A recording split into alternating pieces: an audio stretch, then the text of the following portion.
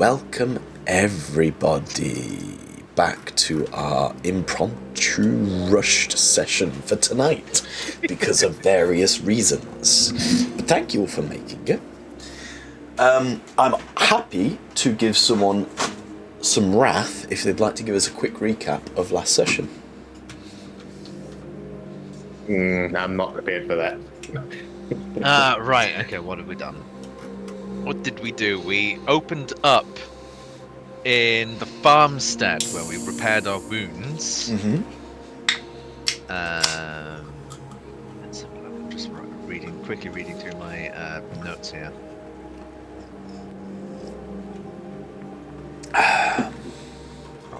Battle, killed, tactically retreated, got to the farm with many servitors. We got in contact with the master of the farm, who was a Mechanicus by the name of Automo 14, who allowed us to stay and take any things that we found of value to ourselves, for they no longer needed it.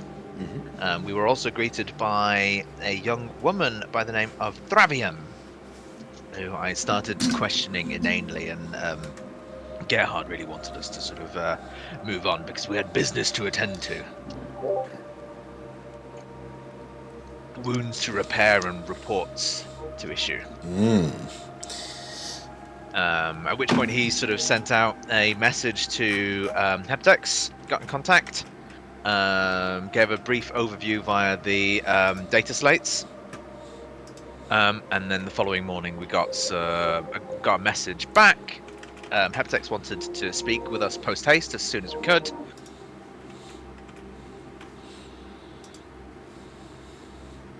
That's correct. Very good.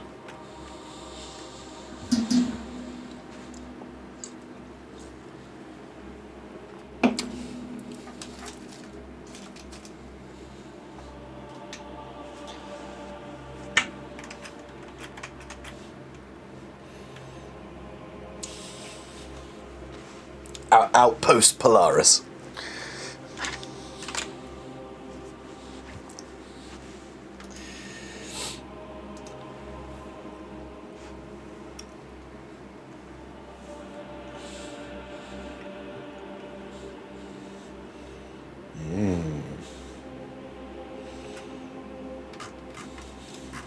Two right.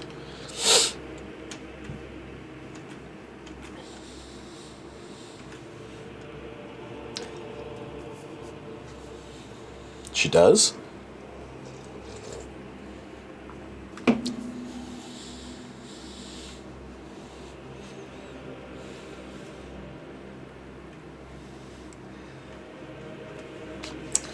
Well, I mean, apparently you all did, but maybe Gerhard didn't.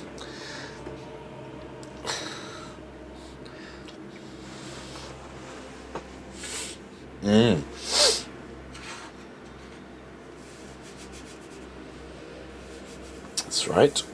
You all managed to resist the pull of corruption. Yes. You headed over to the Julcian complex, that's right?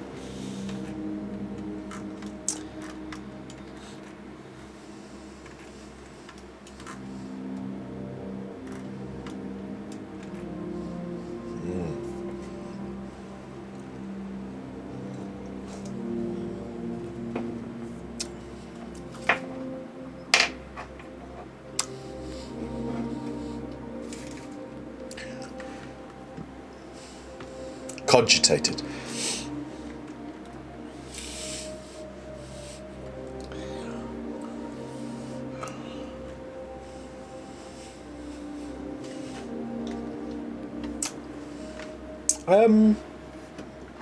Yeah, I thought it was 98% certainty that the ecclesiarchy knew what was going on.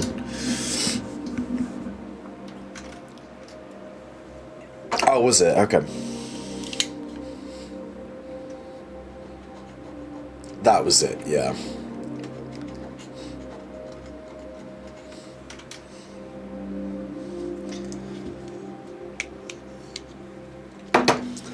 That's right. That's right.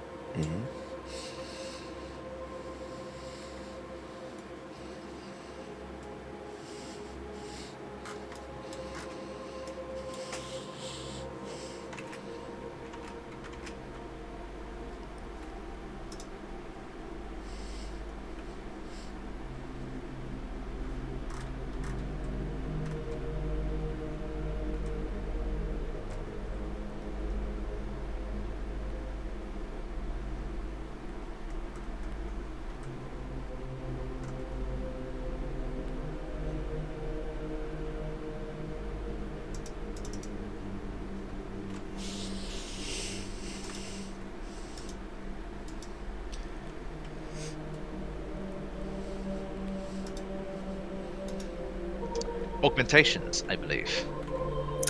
Yes. Augmentics, or whatever they're called. Gerhardt did also figure out, he did some orienteering on the map of figuring out it did actually work out us taking the augmetics, because it was on the direction to the ecclesiarchy anyway. You mean the servitors? Sorry, the servitors. There. Yeah, so we agreed that we would take the servitors as it would go in the same direction that we were going in anyway, so it wouldn't take us out of the way all too much.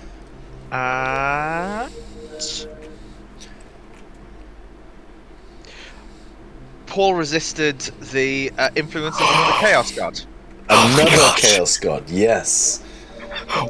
Whilst buying shit, we invoked the wrath of the chaos, the ruinous powers. My God, you three somehow have this big old Chaos God lightning rod attached to your backs. And I think it was Gerhardt both times. Kind of, yeah.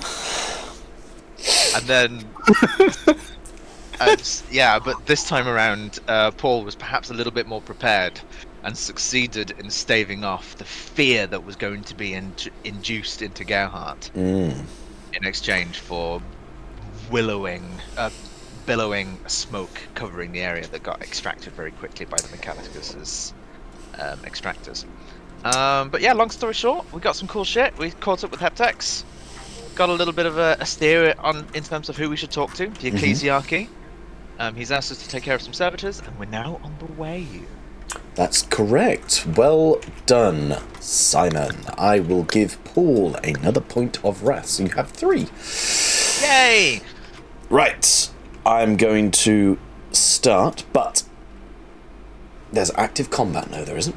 End combat. Is that? Apparently so. Start. So, as you say, you set off with the Julcian complex at your backs. A small group of agri-servitors stomping along in formation alongside you.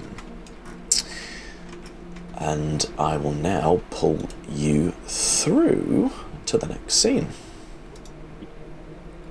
Oh, one thing we forgot to mention. Yes. There was a malfunctioning servitor on the way to Heptex's facility that we beat up. There was, and neutralized without bloodshed. Neutralized without bloodshed, yes, and I was very proud of you all for that. And Argenta may have grasped and dubbed the planet into the... You brought in the Inquisition, yeah, but that's fine. I've got a little roll table going on the side as to when they're going to rock up. Right, so as you set off with the servitors in tow, you head down the track, and certainly Paul and Sister Argenta, the first thing that comes to you, both of you, is the fact that disgusting stench of sulphur starts to dissipate, is replenished with the lovely freshness of the clean air of Ostia. You leave behind the belching, billowing chimneys and banging and crashing of Manufactorum for the sounds of birds chirping, water running, and honest toil in the fields. as you're walking along, on either side you have fields stretching for miles and miles around, with hundreds, if not thousands, of labourers working hard to ensure that you and the rest of the Gilead system are well fed. As you're walking alongside, you can hear some of the labourers muttering to each other in hushed whispers, which, if anybody wants to try and listen in as they're walking along, I'm happy for you to try and do so. Yeah, boy! I feel like Paul would be ever vigilant of just things at this point. Sure. So anybody who wants to try, give me a DN3 awareness. Gearhart succeeds. DN3 awareness. Here we go. Oh, smashed it. Smashed it. All three of you smashed it. And a Wrath critical. Oh, beautiful, Sister Argenta. So. Nice. Paul did not. Paul failed. Oh, I thought you got... Oh, you must have knocked one of Sister... Well, maybe Paul is distracted by the mutterings of the Chaos Gods in his ears, having spent so much time trying to stop them from entering the material realm. Point of glory. Ooh, 2 chefs. But certainly, Sister Argenta and Gearhart, as you're walking along, you... maybe due to your combat prowess, are more attuned to listening in for those kind of mutterings and whisperings. And you hear such rumours as, "Did you hear about what happened last night? No, what was it? Oh, well, one of them servitors, crushed Jackus in the plant. Well, they say it were an accident, but I don't believe them. Whoa, that's nothing. Well, I heard them Mechanicus types had killed loads of our brothers, trying to stop them entering our holy ruins. Nah, it's not the Mechanicus, it's them Twilight Shades. Mechanicus is nasty, but all they's doing is turn them into servitors. They're not trying to kill everyone. No, Mechanicus is the evil ones. They want to kill us all so they can take Ostia for themselves. They's got no need of food. And for your Wrath critical, I will give you one other, as I quickly scroll to it. One other little rumour. Where's my rumours? Come back to me, rumours. Is this our third session now, or fourth? Fourth? Oh! Wow, already. Ed, and only Sister Argenta, with your Wrath critical, what you don't hear any additional rumours, but what you do see out of the corner of your eye is a lone servo skull hovering in the distance.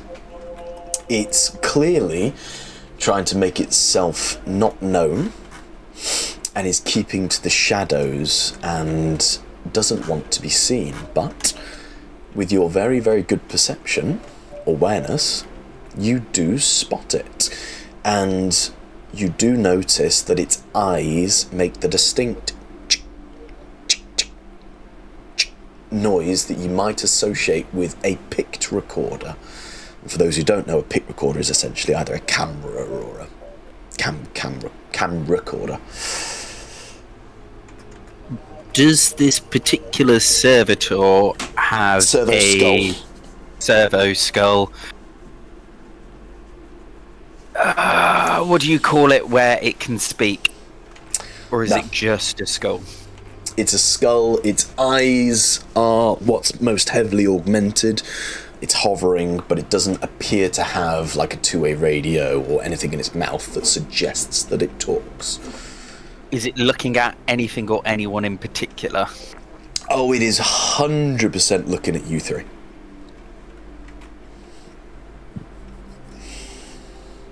Only Sister Argenta notices this. Yeah. Only Sister Argenta notices this with her Wrath critical.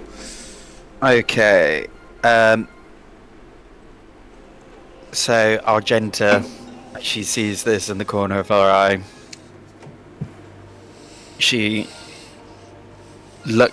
Oh, does it look like it has like recording equipment, or is it just visual recording? You would be confident in saying that it has full recording abilities. She'll just peer. It's Paul that's behind her. Peers down to the. Paul, Gerhardt, it appears we're being watched. And What? she nods over to the points in the direction of the servo skull. Well, smile and wave, boys. It appears Heptex wants to have some more solid evidence of what's going on. Oh, Well, actually, that would be wise. can I? Right, if I totally get it. If this is another check, is this servo skull? Does it look like it belongs to? Does it have like the traipsings of like ecclesiarchy, or perhaps the Mechanicum, or even the Administratum? Sure, give us a... How far away are you? Is it easy? 6 meters, it's quite small. Give us a... Investigation or awareness, DN3. Because obviously you're looking straight at it. They're both the same. Oh, no. I'll roll the Right, complication. Get Deny the Witch ready. Interesting. Ooh. Interesting. There are some overhead pipes. There are some overhead pipes. Okay. So as you look over, squinting, you can see that it's clearly taking pictures of you. It's clearly taking recordings, but although it does have some markings on it, you can't quite determine what those markings are, and almost as if magically, from across the lake that is situated to your left, a low mist starts to roll in towards you, and as it gets closer, starts to cover the servo skull again, making it nigh impossible to see it, and gets closer and closer to you as you start to walk through a fairly thick fog. Okay. Eyes up, boys. It appears we have an audience.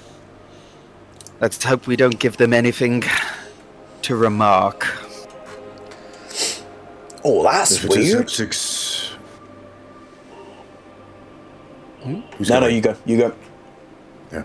I say, if it is Heptix, then he'll see that we're on mission. If it is not, then I do not see anyone gleaming much from us with some servitors. I agree. We are doing nothing suspicious. Well, let's hope no one's trying to expect a show. And then she cocks her bolter as she's seeing the mist come in, and is just trying to be a bit more aware or ready for anything that comes. As the mist comes rolling in across the road, the sudden sudden approach of the mist raises the attention of the labourers in the field as they look up. Oh, we were expecting weather like that for a few days. Oh, this will be helpful. It should give the food a bit of watering for us, like that. But as they're looking, they do start to see the servitors walking alongside are heroic agents of the Imperium. As you then start to get a crowd up by the fence. And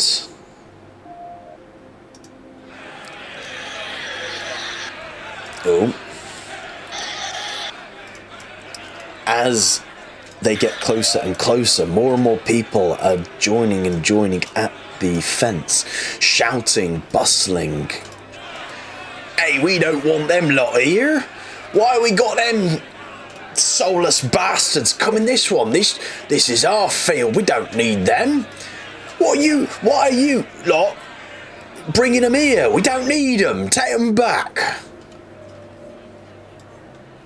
Question for the DM. Sure. Is this where we're delivering them to, or are we simply passing through? He did say that the field was very close by. Right. This so would be the field, yeah. Right. Okay. Stepping forward a little bit, I'm like, settle down. We're on official Imperium business. The servitors are here to aid you in your work. They have been sanctioned, and they are safe. Well, you says they're safe, but he was saying that Jackus got crushed by one just last night. What if these all start going on a rampage and tries to kill us? Excuse me, did you just say you were talking instead of working? Ooh. Give us a Gerhardt. Give me a what's the right word? Is it leadership? Persuasion. Give me a persuasion DN2, and Sister Argenta, give me an intimidation DN2. Persuasion. Got one die. It's not happening. All right. Okay. Oh, we do get the intimidation. So, Gerhardt, as you try and calm the populace down, your words seem to fall on deaf ears as from behind some of the crowd you start to see small stones being thrown, trying to hit the servitors. Not aiming at you, but certainly at the servitors. Sister Argenta, you are indeed intimidating. And some of the crowd starts to move back to work, but you've not quite dispersed the whole crowd as they're saying, well, we don't want them here. They cause more trouble, and then they turns us into servitors as well. We don't need them. We can't praise the Emperor as a servitor. It's not right. It's not fair. We never needed them here.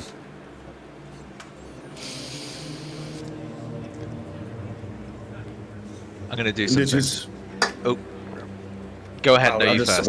While you do something, I'll just say, it is not your decision to make. These servitors will be working the farms. This is official Imperium business, and you should be going back about your work. Now. And then whatever Paul's doing. Mm-hmm. And I'm kind of like raising my voice to like everyone in the field. Mm-hmm.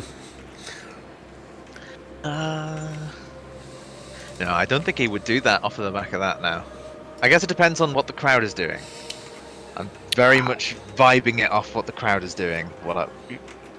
Yeah, are they looking violent? Are they looking like they're about to I mean, they're throwing stones at the servitor, but all right, so Gerhardt, give me an intimidation check as well, please, as you're projecting your big Astartes voice across the field. Hey. Oh, that's good. Fantastic. That's good. Nice. So, the rumbling noise of Gerhardt passes over the crowd as they start to quieten down, listening to their betters. As the stones, or the people who were carrying stones, start to drop them, muttering to themselves. And from behind the crowd, this gentleman steps forward, and I need to do that thing that I always forget.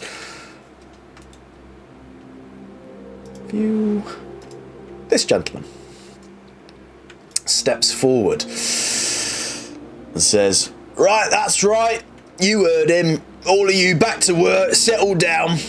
And in his hand he's holding a brutal-looking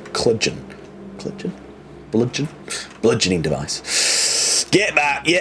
These servitors, they're here to help you. Stop messing around. This isn't part of your time to rest. Go on, off you go. Thank you, you lot. It's very appreciated that you're going to bring them to us. Addressing you three. We appreciate you serving the Emperor. Hopefully, you shan't have to use that bludgeon, but do not hesitate if needed be.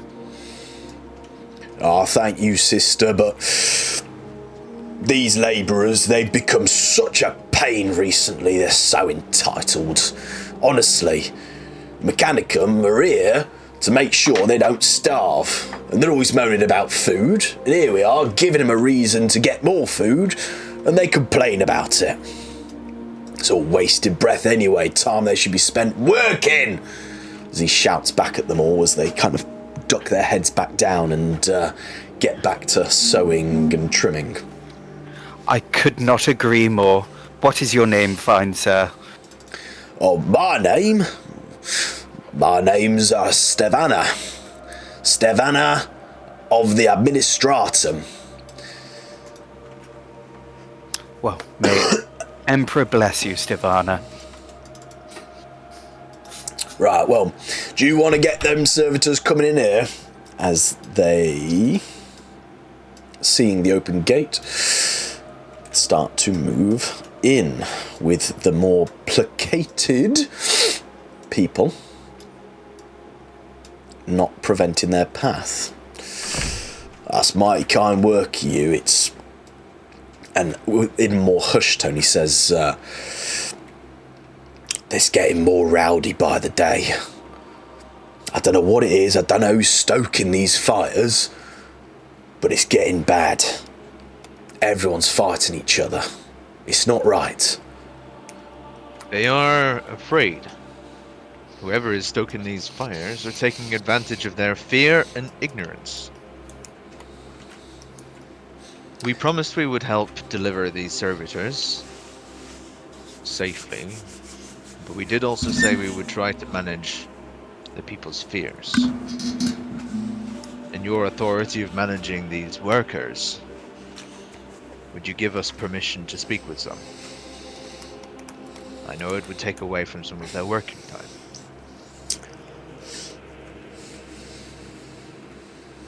He's being polite and going to the authorities. Give me a DN2 persuasion as he's looking at his Cronus, which is a watch. I have a nice pool of 2. Funnily enough, I'd have been much more effective intimidating because I've got a dice pool of 6 You for got intimidation. 6 intimidation? Yeah. Oh my god. Could I help him somehow? Yeah, you can offer help if you want to offer a persuasive ear alongside Paul's, but tell me how you're helping to persuade him. She'll just finish off with holding her book to her chest. It would serve the Emperor well if we were to get these serfs to be serving him as well as they could, which would involve their fear being swayed. Sure, so Paul, roll your persuasion with whatever additional dice ball Ed's is, which is persuasion. You have a 3, so with a bonus 3. It's a 3. Yeah. Alright, okay. The DN is 2, you said, right? Yeah, DN2. Alright. Ooh. I mean, it's a success. It is a But success. Come on, roll that complication. Let's just see. Oh, hard environment. Fucking all of the mist.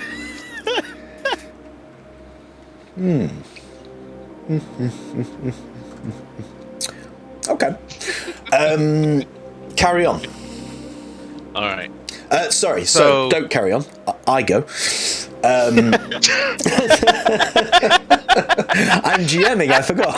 I feel like I'm getting some mixed messages. It's very mixed messages, yeah. So the Overseer, he says, well, it probably wouldn't be a bad thing. The more they all can work together, the less hassle it's going to be for me. Here, you three, come over here. These lot are going to have a chat with you. As these come to the gates, and you've got a little bit of a seven labourers who are kind of listening in, who aren't working.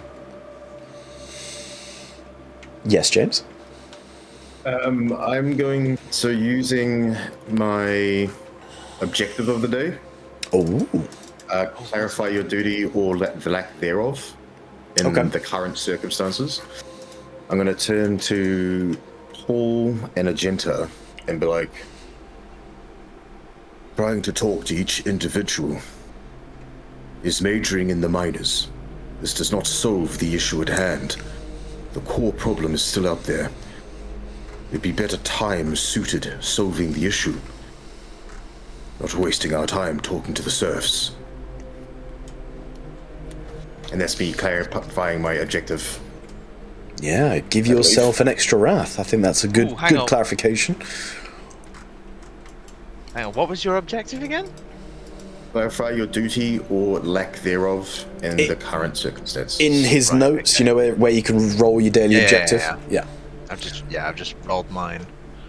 Pass judgment on an individual you have never met through knowledge from Warpsight. Yeah.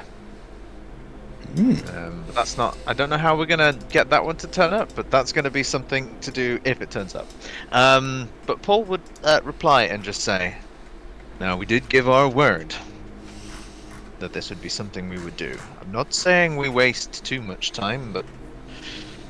We said we would deliver the servitors. We didn't say we'd be giving a sermon to everyone here.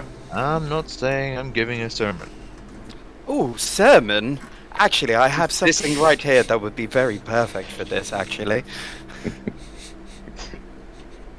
Do not take long. We have a mission to complete. Paul would say, rumors go both ways. Obviously, a rumor of inciting fear has occurred. If we can begin rumors going in the opposite direction, that may well filter through this field in our favor. Now, I will promise I won't take up too much time.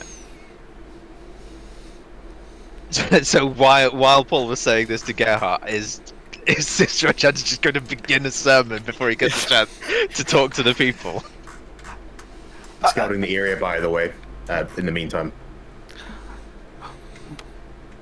Paul, you can say what you have to say, but I will finish off a sermon. They must hear some of the Emperor's words. They don't hear enough in this place. Well, maybe that could be a good bookend to what we're going to do then, Sister. So Paul would sort of walk up to the group of 7, or to the group of 3 that have come up, and just say,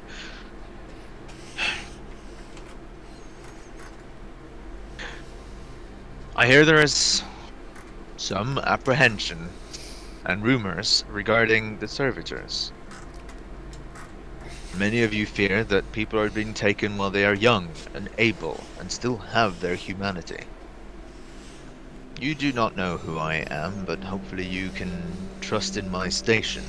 He sort of pulls out whatever official documentation that would seal him as someone that is sanctioned.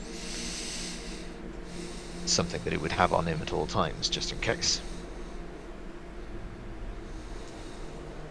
I am trusted in the eyes of the Emperor, of the God Emperor, and these two beside me, Sister Argenta and likewise Lord Gerhardt, have had an opportunity to investigate the Mechanicus' facility, where many of these servitors are produced.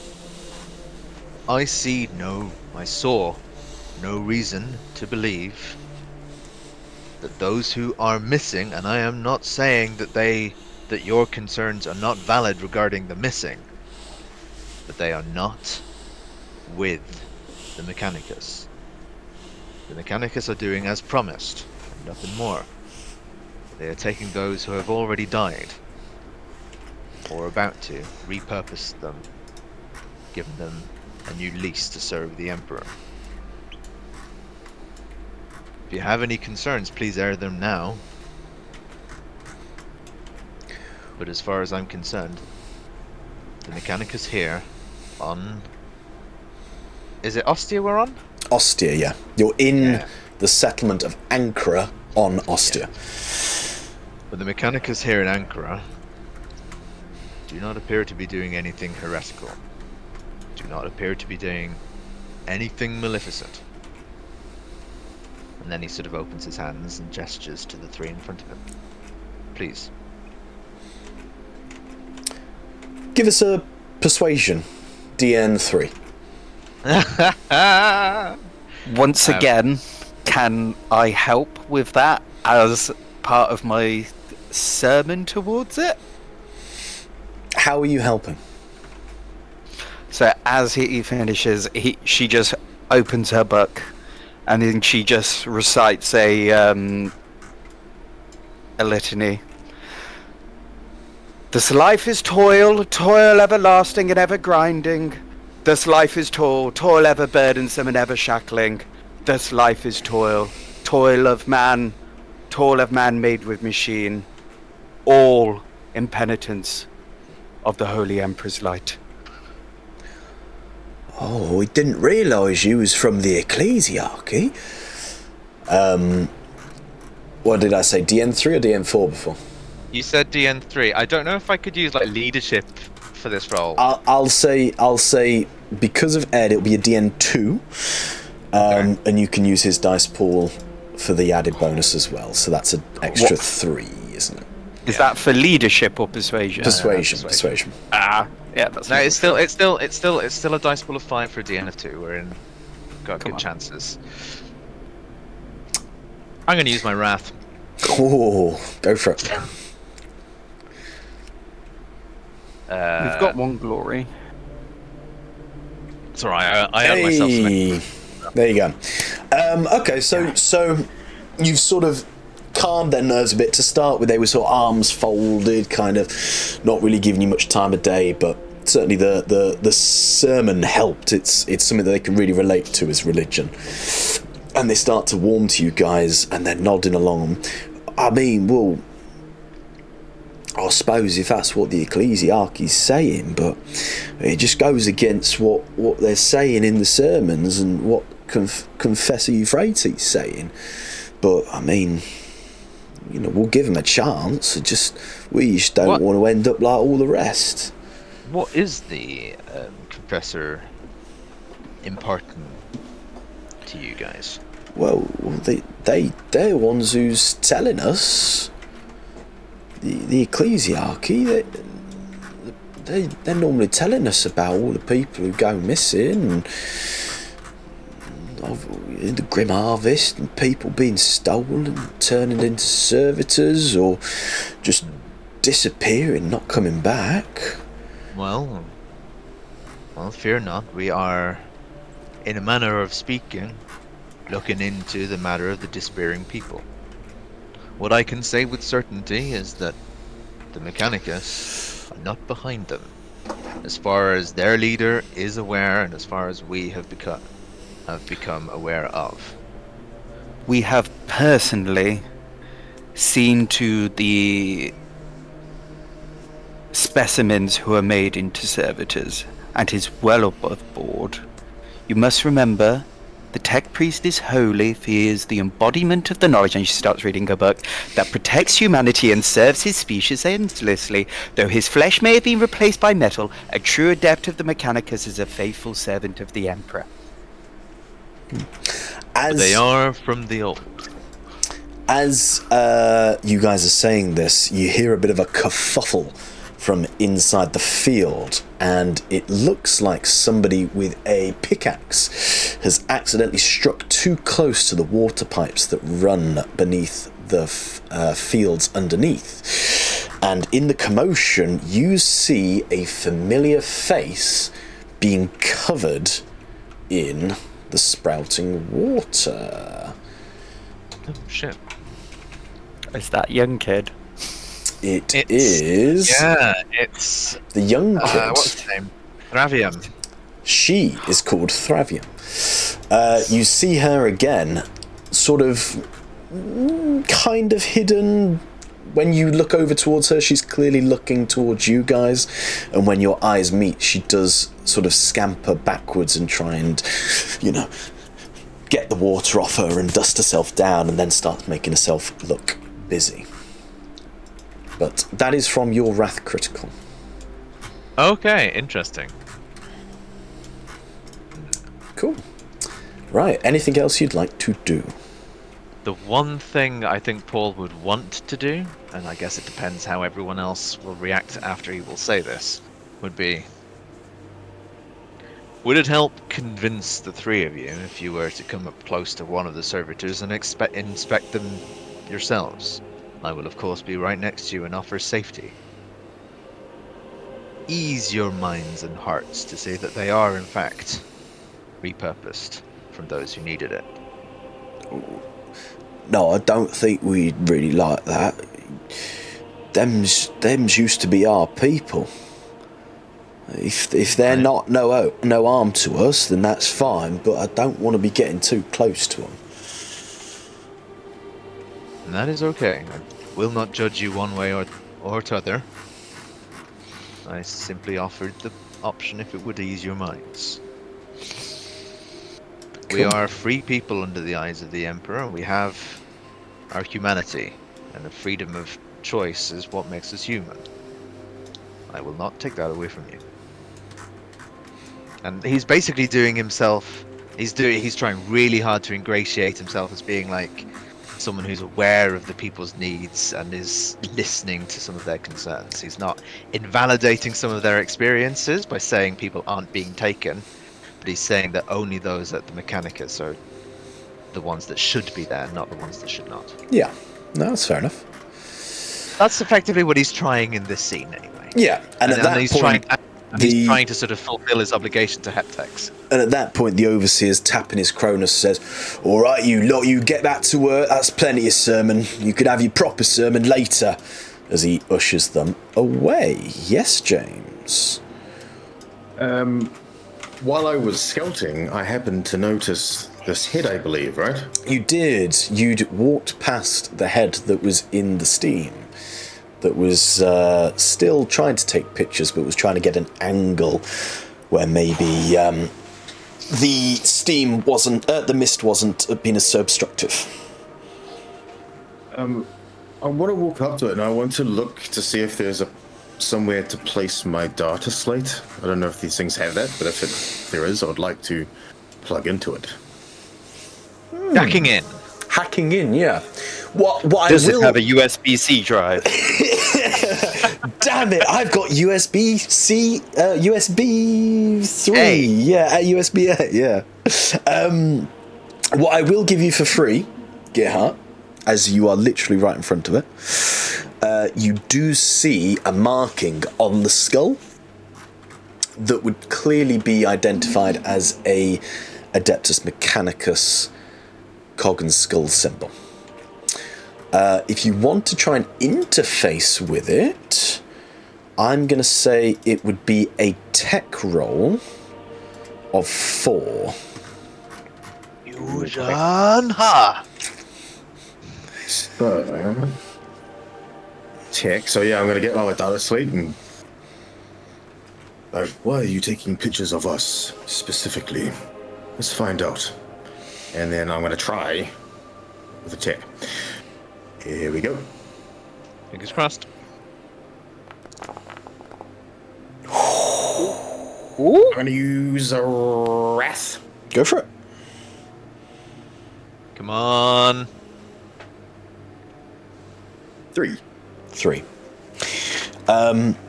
So, your limited knowledge of the inner workings of the servo skulls, you're not quite able to find a way to interface with this, but as I said, you are able to deduce that the skull is from the Adeptus Mechanicus. As you get closer to it, it is still taking pictures and making slight kind of noises as its eye focuses in and out on you. I get up close to it and I go, servitors have been sent to their allocated place, Hectics. We'll be moving on now, most likely to the cathedral. The servitor kind of like does a little air bob like this, and then it disperses.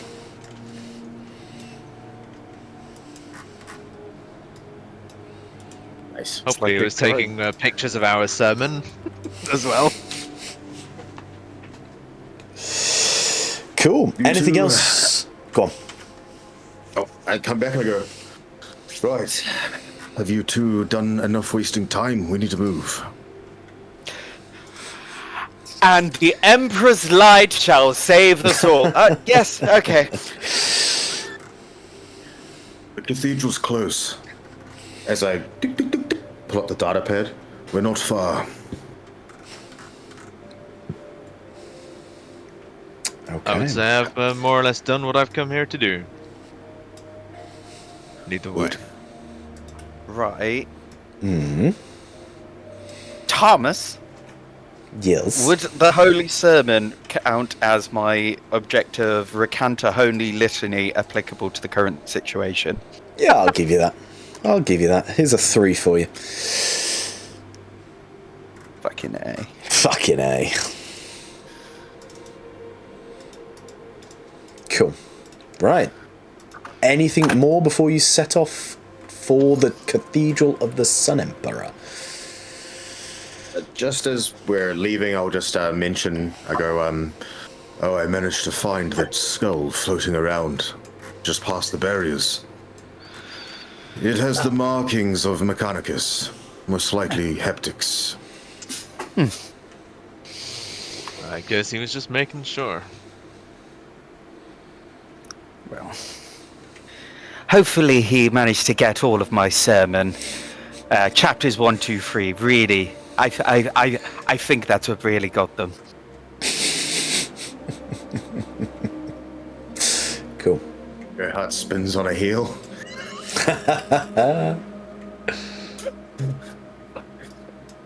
Paul follows suit using his psychostaff as a walking stick. Or force stave even. For stave, yeah. Brilliant. So, you set off on your merry jaunt to the Cathedral of the Sun Emperor, having done some potential good in the community. You've delivered the servitors to the fields without getting them damaged, and a few of the labourers seem a little bit more appeased by their presence. Well, word clearly spreads quickly around these parts, so hopefully Yeah. Chinese whispers. Use it to our advantage instead of the other way around.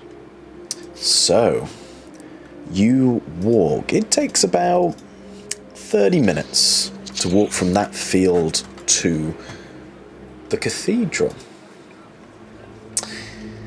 The Baroque architecture of the Cathedral of the Sun Emperor is almost incongruous amongst the utilitarian buildings of Ankara. Large and domineering, the cathedral is composed of dark grey slabs of rockcrete adorned with Gothic spires and gargoyles. The broad east side of the cathedral has several arch-stained glass windows depicting sacred fables of the cult of the Sun Emperor. As you see before you, candles are lit, people are bustling in and out of the cathedral, and you hear the tolling of bells calling labourers for their regular worship. Oh, this is going to trigger Sister Argenta massively. Yep.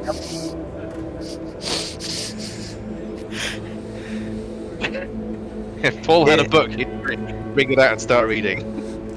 It would be so beautiful if it wasn't so clearly wrong on that, and that, and that, and that, and that. There's going to be definitely some discrepancies, Sister Argenta. It would be wise to potentially not inflame the situation. We are here for information.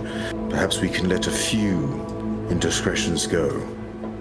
In the name of the mission, of course. We will for today. So, The Sister Inquisition will Argenta, see to it. Sister Argenta, I will give you, because you're coming in from the east side, so you can see these stained glass windows. I will give you an awareness test, DN3, because they are depicting various holy images. If you'd like to do an awareness test, DN3, which you pass. He was on that roll faster than you could blink. You pass, and I will tell you for now that they are very, very similar to what you would have seen all throughout your life. They are scenes of the Emperor saving humanity. There are scenes of various saints that you would deem holy and worthy. And I will give to you that though the Imperial cult projects an image uncompromising intolerance of any deviance from its strictures, it does in some cases allow leniency in beliefs. The Imperium is so expansive that the Imperial cult differs slightly on every one of its million worlds, with minor changes in teachings and belief of every planet. The Austrian tradition of worshipping the Emperor as the Lord of Dawn perhaps is just one such exception, and is allowed by the ecclesiarchy, as the ardent beliefs of the labourers potentially make them that much easier to manipulate. Of those saints, is one of them Saint Celestine or Saint Catherine? No, Ooh. The oversight. no, they're not holy saints of the sisters. They are more traditional saints of terror. They have the markings of the traditional saints of terror. I could see a few alterations here and there would make it as beautiful as my home, but every site of the ecclesiarchy and the emperor has its own particular beauty, even some of the more backwater places. She's taking it as if she's just assuming they're basically space rednecks. Yeah, that's fair enough. Gerhardt, as you move closer towards the door, you do see one of the priests of the ecclesiarchy stood, welcoming, beckoning you into the cathedral, saying, come in, don't worry. They're just starting. You might find some space. Come in. And further on towards the end of the hall, you see another priest swinging incense and has what appears to be a bucket with water in, and almost like a painter's brush that he's kind of flicking at people as they're walking through. Do we call these people father or priest, or what's the colloquial way of referring to people like this? Priest, I'd say. Priest. Thank you, priest. Is it about to start? Yes. Come in. Try and find somewhere to sit or stand. I kind of nod. Oh, that's a lot of people. Whoa. So, as We're you all dead. don't worry, Doom upon all of us. they're individual stacks. They're not stacks of 20. Don't worry. So, As you enter, the interior is expansive and austere, carefully constructed to maximize the light of dawn. The main chamber is tall and open with a single damaged pulpit. The pulpit, which once incorporated several loud hailer systems, which, to those who don't know, would be like a voice projector, like a speaker type system.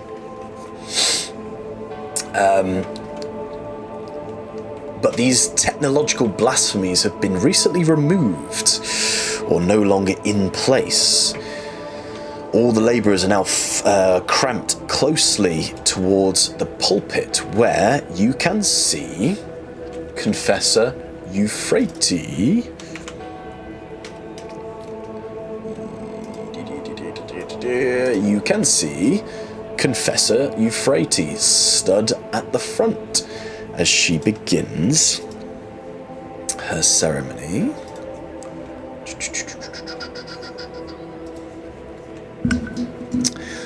As she goes, "Brothers and sisters of the Imperium, gather close and hear my words.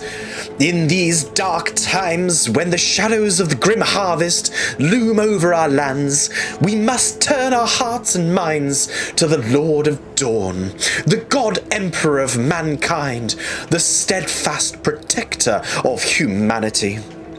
It is through his unwavering vigilance and the light of his eternal watch that we find our strength. As the sun rises each day, so too does the spirit of the Emperor rise within us, casting away the darkness that seeks to consume our souls. Kneel now, humble peasants of the Imperium, and offer your prayers to the Lord of Dawn. Let your voices raise in unison, a beacon of hope and faith that pierces the veil of despair. Pray for his guidance, for his protection, and for the courage to stand firm against the encroaching night. O mighty Emperor, shield us with your unyielding strength, illuminate our path with your radiant light, guard our homes, our families, and our souls from the grim harvest. In your name we find our resolve, in your light we find our salvation. Remember, faithful, that it is through our devotion and our unity that we shall endure.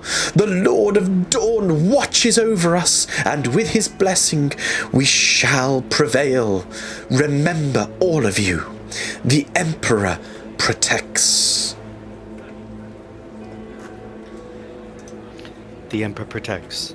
The Emperor protects. The Emperor protects. Hear the mumbling fall across as in the rafters of the cathedral you see cherubs carrying incense of heavy, sweet-smelling fragrances that create an almost oily texture to the atmosphere.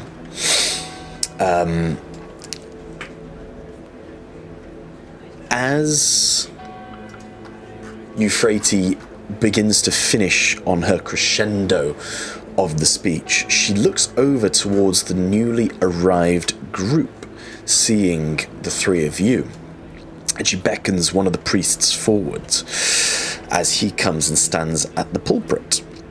She beckons for you lot to come and join her over here. Tom, can I look amongst the crowd to see if anyone is there that looks like they shouldn't be? Just she's remembering the last time when they got attacked. It was by a group of people, but amongst those tracks, she noticed that there were Xenos tracks, so she's trying to figure out if there's anyone here that's kind of behind the scenes or anything like that, that either might not have the, I don't know, the countenance of like a human or like posture, things like that. Just trying to see if there's anything off. Is this a cursory glance, or are you sort of spending quite a lot of time focusing, looking around? She would have done the entire sermon, would have been scoping. Okay, give me a DN3 awareness. Awareness, investigation? Are they the same for you? Yeah, awareness or investigation, either one.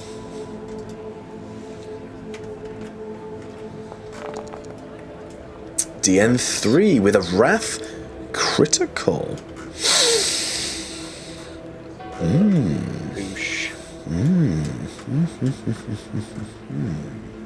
Okay. So, you look around, you do not see anything of particular merit. There is nothing unusual in terms of everyone present is human or a cherub. There's no one sort of particularly tall, short, with weird gaits, anything like that. I'll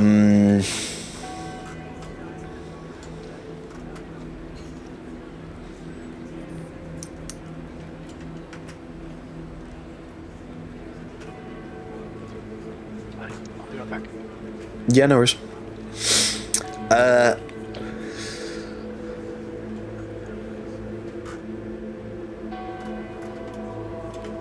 I would say from your wrath critical,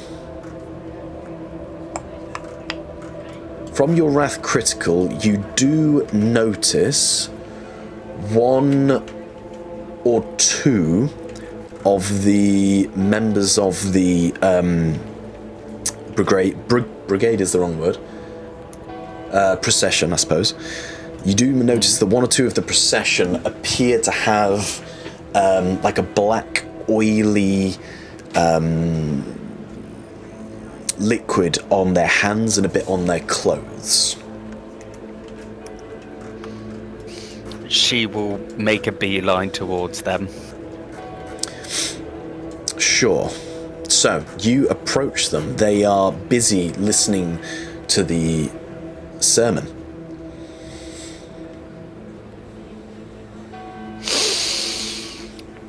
Surf, show me your hands. And she grabs them and tries to pull up the cloak to see what the black marking is.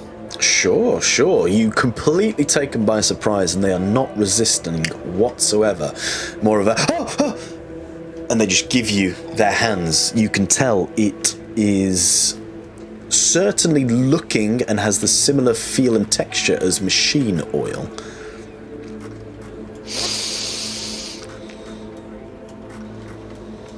Surf, you're speaking to a sister. I recommend you confess now. Why are you covered in machine oil?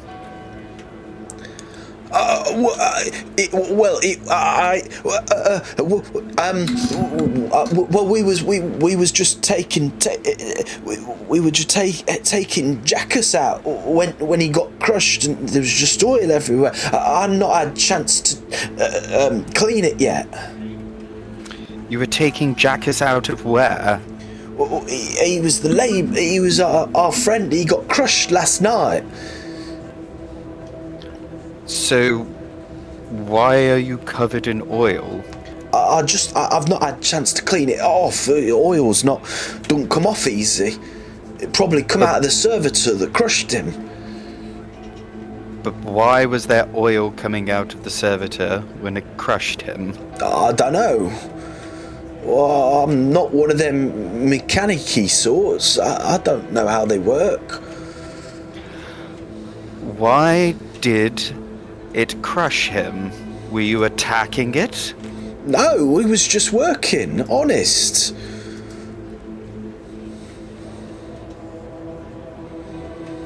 If you're lying to me,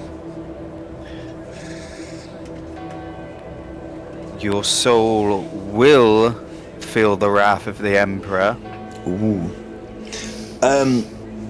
So you can do an insight check if you want to deduce if he's lying or not, or you can just do a straight intimidation because you are intimidating him and his mortal soul. I would like to do an intimidation, please. Go for it. DN3. Ooh.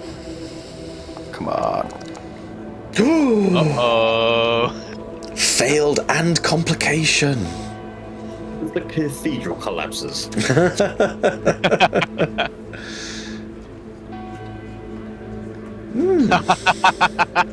Nice. I'll allow you to roleplay that then.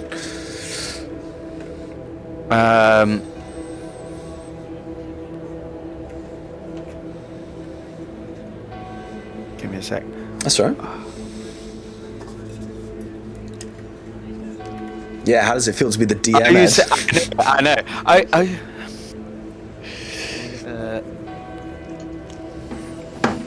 Are you saying the Ecclesiarchy told you to attack the Mechanicum?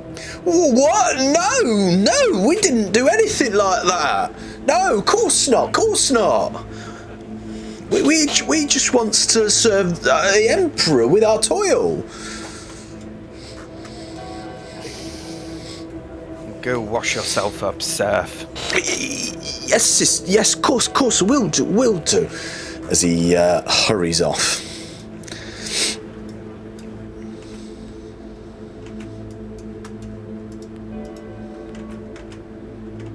Cool. And then she returns to the group to speak with this Ecclesiarchy.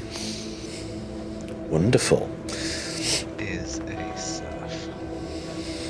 Serf's just like a labourer. Right. Okay. Peasant, yeah. Cool. So you all join Confessor Euphrati, sort of further behind where the ceremony is not happening. Ceremony? That's not the right word. Anyway. Sermon, thank you, sermon. As you come round the side of the cathedral, you do see some rather ill, poorly looking people lying in bed with some of the Ecclesiarchy tending to them, fixing their wounds, giving them soup, water, bread, the usual basic kind of stuff that they're doing. And Euphrati turns to you and says, "Well, I'm glad you finally arrived. I was expecting you much sooner than this. How was your first night in Ankara?" It was busy. It was eventful, to say the least. Yes. Wasn't helped by your flock attacking us with rockets, but... What? What do you mean attacking you? Who attacked you? Coming right out there and saying it. Well, they're dead now, so... Who's dead? Sister, if Argenta. sometimes you could bite your tongue. Not every thought in your head needs to be said out loud. But why would I lie? That's what happened. It's not... I'm not saying lying, sister. Not saying something isn't a lie. I'm sorry, what are we lying about? Who's attacked? Who's dead? What are you on about? Several. I suppose the proverbial cat is out of the proverbial bag. Let's begin with our procession to the cathedral what was it, yesterday? There was an Yes. assassination attempt on Heptix's life. They thought he was in a vehicle we were in. Rogue rocket fire from the tree line nearly destroyed our vehicle, killing us all within it. And we were forced to kill many. They did say they were from the Children of the Dawn. Have you heard of this group? When you mention the Children of the Dawn, a bit of realization kind of dawns on her face, and she's kind of like, the Children of the bloody Dawn. They attacked you. Why did they attack you? They thought you were true. Thought we heptics. were heptics. Yeah, The that's who children, they were aiming for. the children of the dawn are a menace. Bloody fanatics. Look, right, come with me, and she takes you over here and unlocks the door and steps inside. I feel like Ed has lost where you guys are, so I'm just gonna plonk him down there. And then Paul closes the door behind him because he's polite that way. thank you.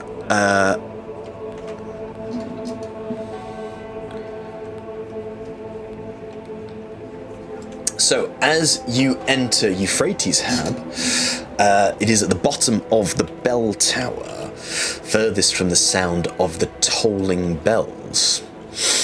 The hab is relatively luxurious compared to the others in Ankara, with an actual bed, wardrobe, which appears to have nice vestments and clothes in it. The desk is messy with scrolls and candles and one or two data slates on there. As you walk in, she turns around and says, "Right, tell me everything. I feel like I know nothing. So they attacked you because they thought you were heptics. You've killed them? How many did you kill? What happened?" Confessor, it is Sister? us who should be asking you questions. Why did you not inform us, one, of the grim harvest, of which you've been speaking to lots of people about? You neglected to mention that to us. Why?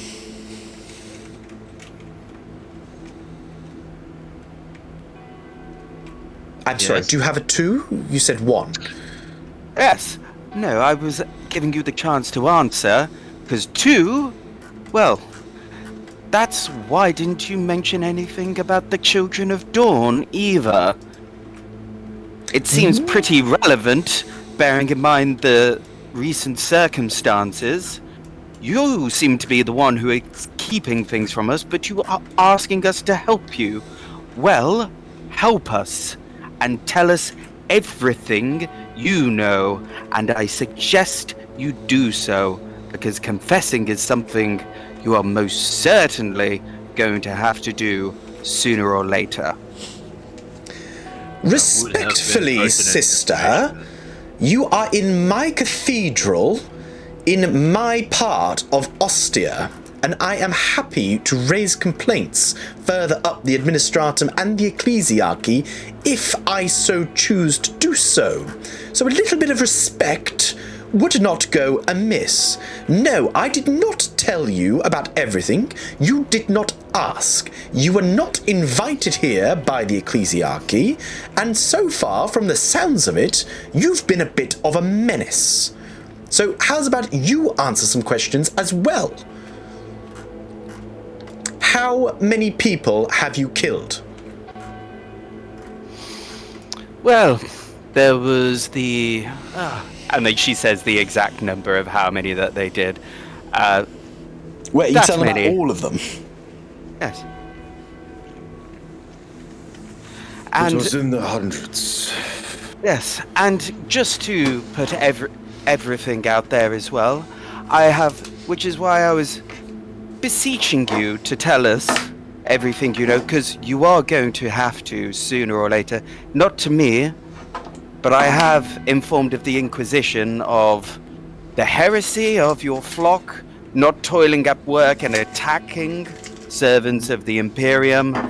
We also spotted potential Xenos, signs of them on this planet as well, of which you clearly have no idea about, unless you fail to tell us about the potentiality of Xenos scum on this planet as well. Give an intimidation. Can I add Confessor because it's a Euphrati. person? No, you can't is it? use your symbol of authority on her. Damn it. You are in her house. You are literally in her house. It will be a DN... James has got his hand up. 4. Don't Sorry, roll. I've not got Don't roll yet. thingy. Go on, James. And to try and help with this as well, I'd step closer to Euphrati and say, and not to mention that we have not been a menace since we have been here. We were attacked by people called Children of the Dawn, people that you have just been giving sermon to. An assassination attempt on an Adeptus Mechanicus's life, and consequently a sister and a brother of the Imperium. The lives that we had to put down was due to the fact that you did not aid us when we came here. The blood is not just on our hands. Confessor, it seems like it's time to confess. So that would be my help. Sure, so roll a DN for intimidation with a bonus of 3 from Gerhardt. Yes! Right, what's the DN? DN 4. She's got a willpower of 4, so DN 4.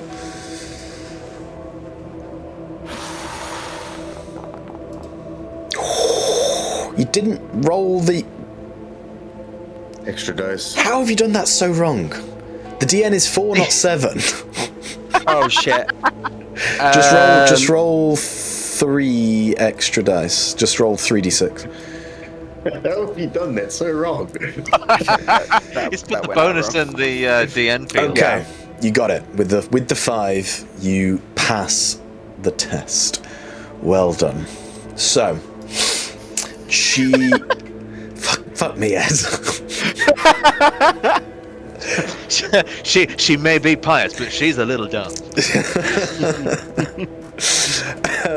Okay, so as she stood there, the tension in the room is palpable. She looks quite furious with you all. She's got a bit of a regal demeanor going about her. She looks from Gerhardt to Sister Argenta, back to Gerhardt, and then lets out a big sigh.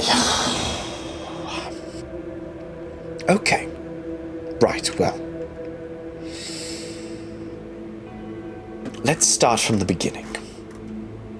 What I will say is these so-called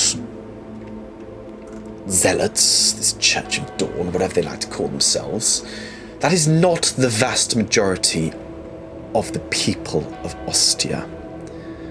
That is a small group of religious fanatics. Now, to put it bluntly, we need religion on Ostia. I'm not going to give you a history lesson of Ostia, but it is a tinderbox. The people here have rebelled throughout the centuries, and every time there is a rebellion, there is famine, and millions of people die. The last time a rebellion happened, we brought in the gravediggers, the guard, and we quelled the rebellion by force. It took the Gilead system nearly 5 decades to recover from that. We cannot go about it with force again. There's too many lives at stake. You push people down in the dirt, they rebel against you. You kill people, they cannot work the fields. It all goes wrong.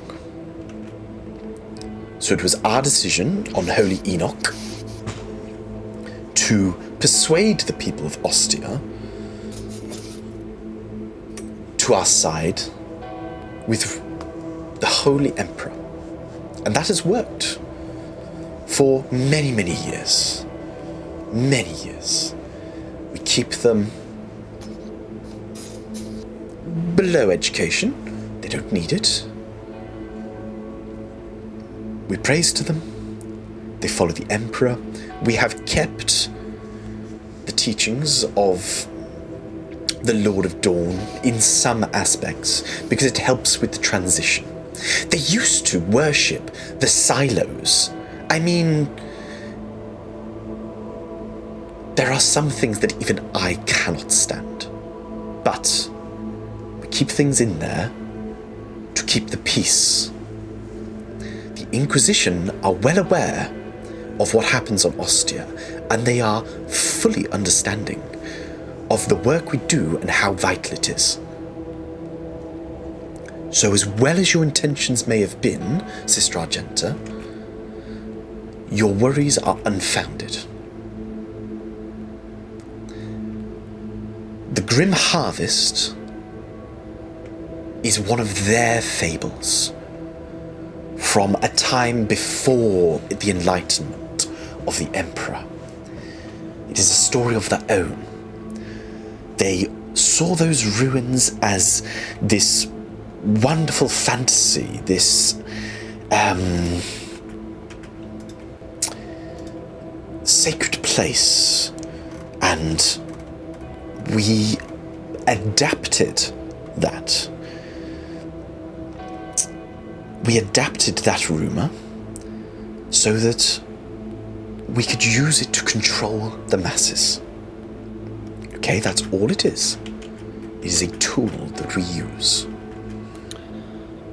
Well, if those ruins are before the Emperor arrived on this planet, are they human? I have no idea. I have never been. We tell people to stay away from the ruins. We do not go to the ruins. It keeps the peace. They had those beliefs before us, and we preach them. And so they fear the ruins. They fear that if they do not follow the teachings of the Emperor, the Grim Harvest will take them. Yes, James? You do understand, we have found tracks that would lead to believe that there are Xenos on this planet. And that if the ruins were to be, let's say, not to be crossed as per your religious text or your religious ideals, that would create a perfect situation for Xenos or heretical activity to make home base there.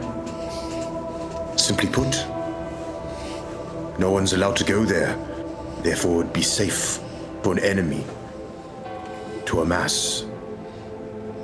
Now the people, they've spoken of these shades. Whatever these shades are, we're not sure what they are yet. But the people that we did speak to made it pretty clear that these things are killing and taking people, and along with the Xenos tracks that we did find, I hazard to guess that there's something happening in those ruins, a place that you have not been, nor anyone else in Ostia, for fear of the God Emperor striking them down.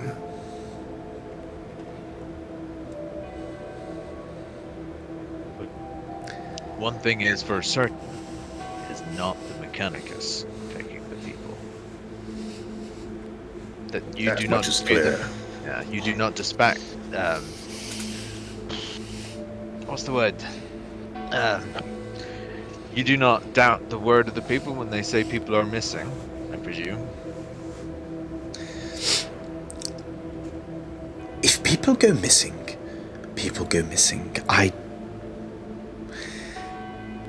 The Grim Harvest was a fairy tale, okay? If you have signs of Xenos, if you have evidence of Xenos, then please, Lord Ikirhart, you must purge them in the fires of the Emperor. Xenos are abhorrent, and it will not stand for them on Ostia, let alone in Ankara. So if you have proof that there are Xenos, then please do us the favor. Eradicate them. But what is this proof?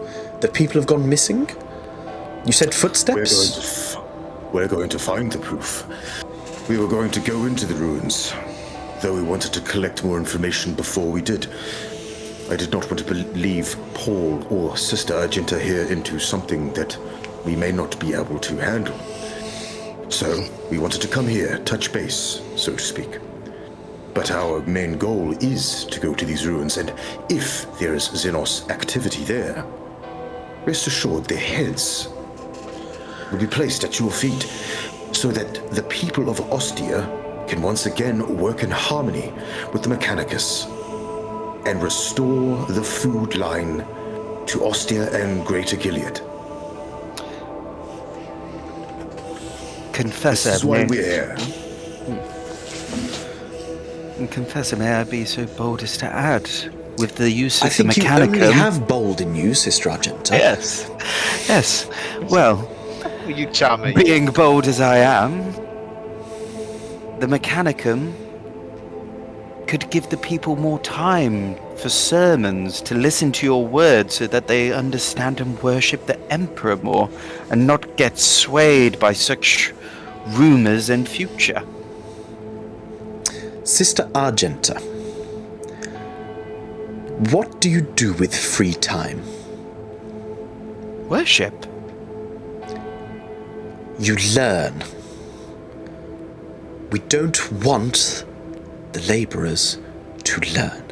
If they have free time, they will learn about things. If they learn about things, they will question things. If they question things, they will become a problem. Oh, Confessor, you have me confused. No, that time must be spent in the church, obviously. Not reading or any other. Knowledge is heresy. Only learning of to be done. But the people of Ostia are fully devout. I have not met a single person who does not believe in the Emperor. Yes, they might call him the Lord of Dawn. Yes, they might call him the Emperor of the Dawn. But it is the Emperor. It is their teachings. They spend nearly 4 hours of... they spend nearly 8 hours of their day in the church. Well, I don't think you can spend enough time in the church, if that's my personal opinion. And the more time they're in the church, the less time they are working the field. So although I do appreciate the sentiment, I don't think our problem will be fixed with more preaching. But... Two things, if I may. Yes.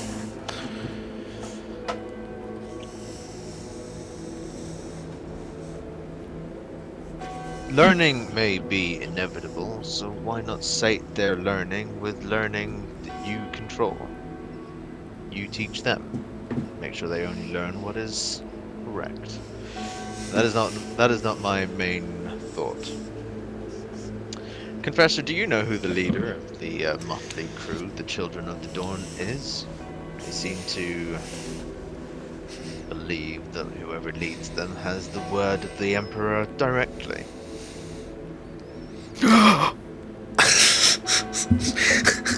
Wafting a towel over Sister Argenta's face. I honestly do not know. I do not believe that they are organized enough to have a leader. They are organized enough to acquire weaponry, to build outposts, ring fencing the ruins under he says orders with like quotation marks. Well, To keep anyone and everyone at bay. Well, if you can find a ringleader, then please report him to the authorities, because he is not known to us. The only person that I know of recent who believes that they've heard word of the Emperor resides in the prisons of the Gravediggers at Outpost Polaris.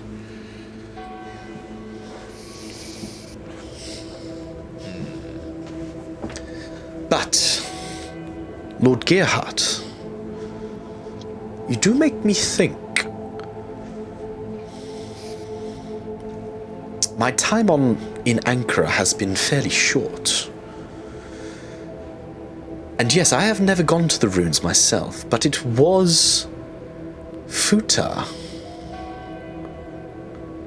Yes, I'm sure it was Futar who told me not to go to the ruins. It was he who had stressed upon the need to keep the people away from there, to keep the belief in the myth alive. I never questioned it because, frankly, it is not my problem to deal with. I care not for ruins. They are in the forest. It is unagrable land. It is not anywhere that the peasants want to go or should I need them to go. So perpetuating the myth aids me in controlling them. But perhaps Futar has been to the ruins. I don't know. Confessor himself told you that not to go into the ruins. This is interesting indeed. And it also makes me think, if there is Xenos activity, if there is something in the ruins, did Futar know about it and does not wish anyone else to know? But we also ran into an interesting situation where a servitor's skull was following us, taking pictures of our whereabouts. At first I thought this to be haptics, simply watching us go about our way on the mission that he had sent us for, delivering servitors. But if Futar, if it was Futar controlling this servitor head, making sure we didn't go to the ruins, now that would be interesting, don't you think? If he stressed to you that you must not enter. Who's Futar? He's the administratum guy at the beginning. Futar is this guy. Oh, him, yeah. I mean, you met Futar back at that silo. He's not the talkative type, but, well, you know what these administratum people are like. They're all about facts and numbers, and, well, when I arrived, I just assumed he wanted me to get up to speed with the beliefs of the current population and how best to persuade them. But it sounds like he used the exact same trick you're using on the serfs. Do not want to learn too much. Perhaps.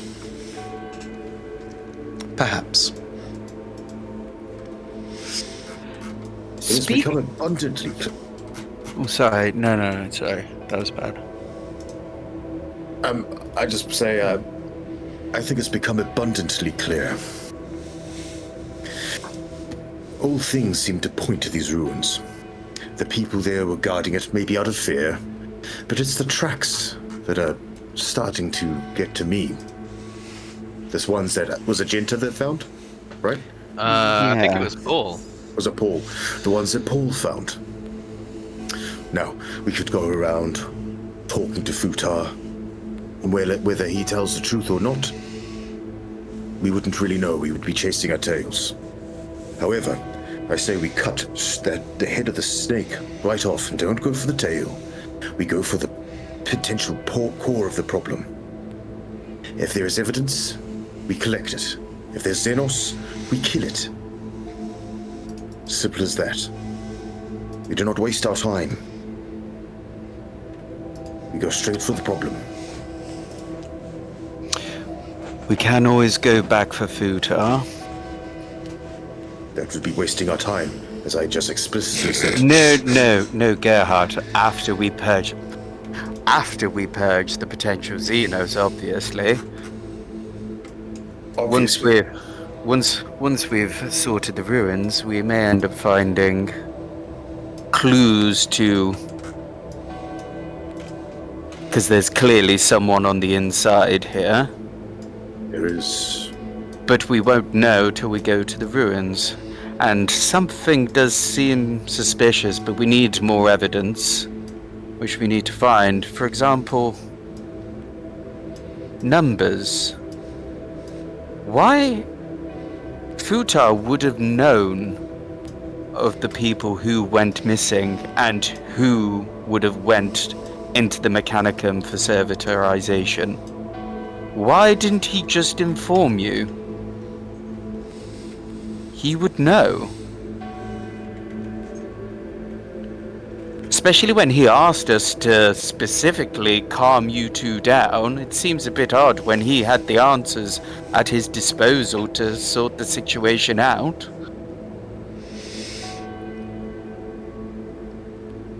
I do not know. But the Mechanicum... The Mechanicum... They have... Mechanicum are efficient. It seems highly inefficient not to keep everyone updated. Well, they may be efficient, but their beliefs, they border on blasphemy, and their bizarre creations, they terrorize the truly faithful of my populace. That is my biggest concern. They stoke those fires. They bring back that rebellious nature that seems to be so prominent in our people. Only because the people are ignorant. As they should be. It is not the Mechanicum that is stoking fires. It is rampant, uninformed, and misleading rumor, resulting in fear, originating from a lack of understanding. No, not from a lack of understanding. No. That is not the case.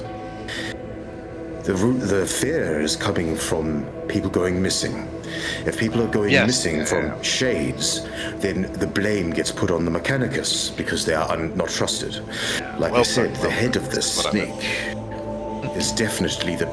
If we solve the issue of people going missing, there'll be nothing left to fear, and then people no longer will have to think about why they're going missing, and they can get back to their work as they should be doing for the Imperium.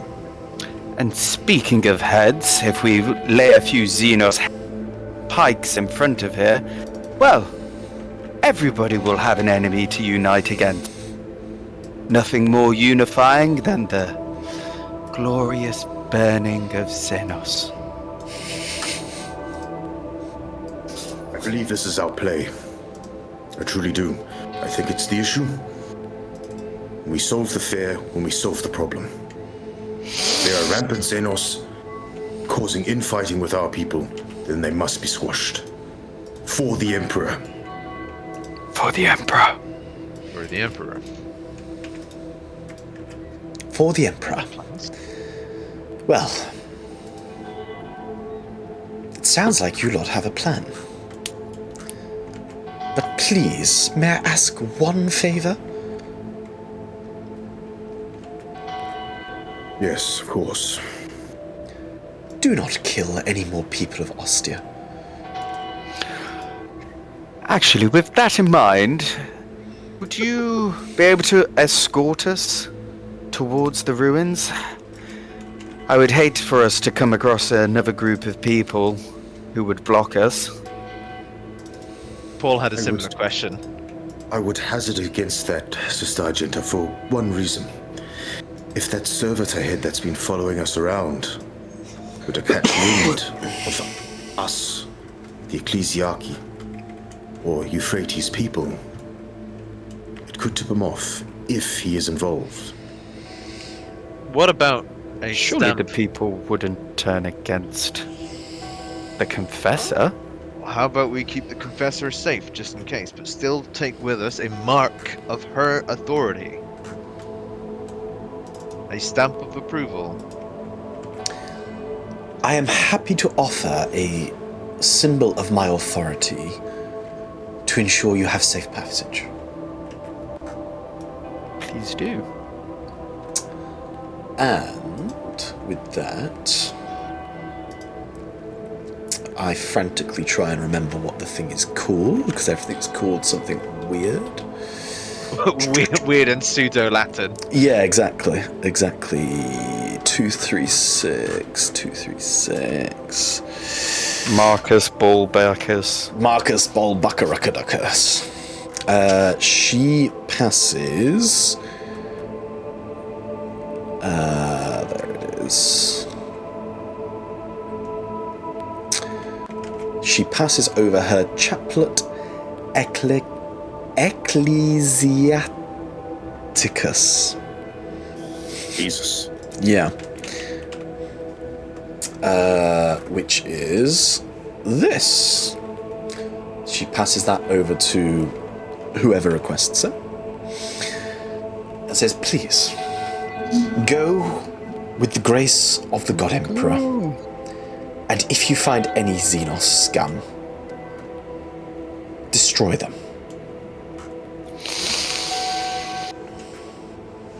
She walks up to the Confessor. And my one ask of you, Confessor, is please be more forthright next time. Our lives may depend on it. And then walks out. I just read that intake there. That looks more for. I think it's better suited for Argenta. It's I go, gone. right. Well, I turn to Paul and Argenta. I'm like, we did not going to be there. We did not know if what Xenos would be there. So, make sure your equipment's in working order. Bolt is loaded. And we move. Paul sort of pats down at his clothes, seeing that it's maybe taken on a couple of singes and scraps from the las guns from before. I thought I could do with a new flak jacket. I'm honest, if we're heading into danger. Well, Alright, don't keep one on me. Perhaps we can requisition some before we head into danger. ah, As part of our due diligence and preparations. Confessor? Military garments are not really part of my day-to-day, but Oh, I was. Go on.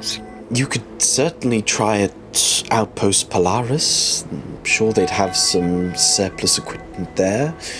Their staff seems to be much lighter these days.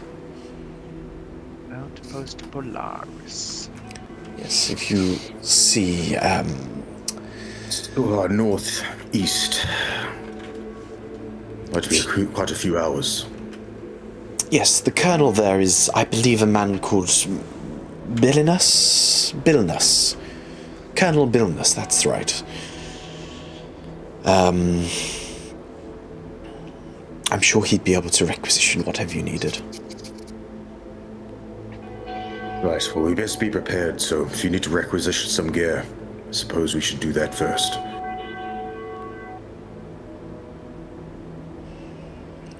Good day, Euphrati. Same Colonel. Oh, sorry. And to you too. Go with the Emperor's blessing. Colonel Bilnus. Bilnus. Bilnus. Outpost Polaris. At Outpost Polaris. And that is where there was the prisoner. Yeah, we know of 2 prisoners that have gone there. That person's brother, and apparently the only person that the Confessor was aware of who claimed to hear the voice of the Emperor.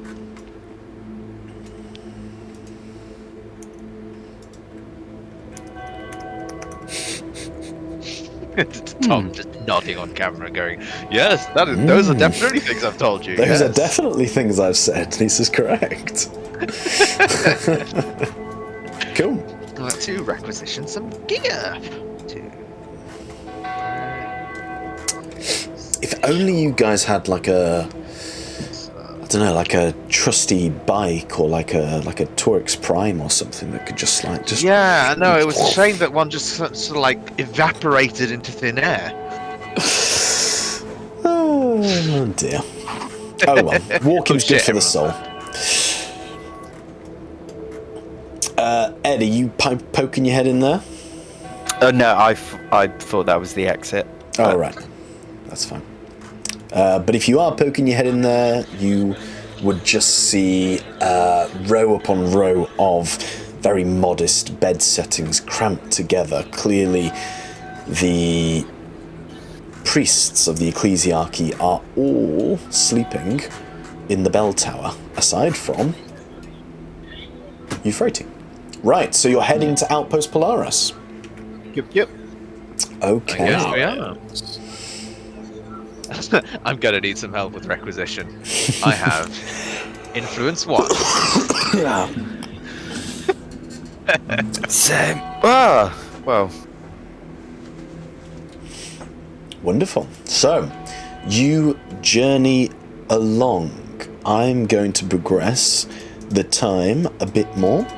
It's now coming to the peak of the day. The sun appears to be in its highest point as you trudge down the dusty road. Similar scenes before you of fields on either side. Some fields are flat and covered in vegetation. Other fields appear to be more raised, almost like paddy fields soaked with water. Clearly a mixed mesh of different produce being produced, but passing through many people, you eventually arrive at Outpost Polaris, where you guys have no actors. I cannot see. I cannot see, I'm legally blind. There's 1, there's 2, there's 3. Oh, hello. The weather's taking a turn. The weather has taken a turn. Let me just change this. Right, so the Astra Militarum Outpost Polaris, tactfully positioned on the rise of the Western Mountains, guarding the only path into the valley.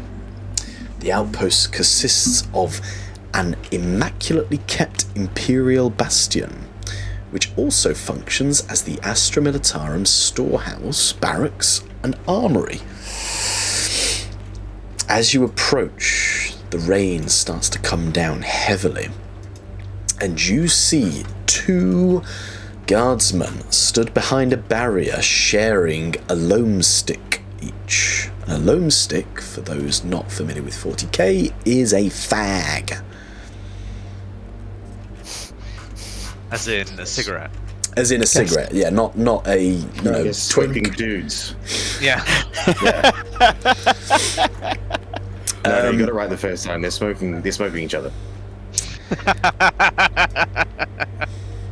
As you approach, and they're smoking these loam sticks, they look over towards you and they kind of sneer and sort of, what do you think these lot are doing? Funny old rot. You lot just come out of a joke or something?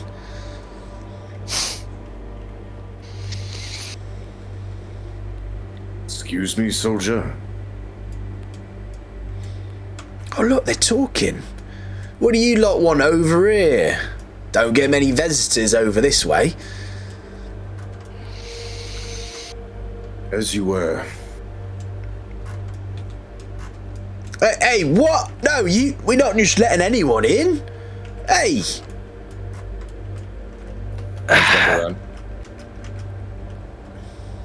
We're on Imperium business.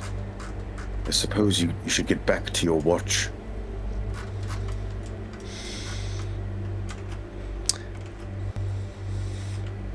What business you got up here?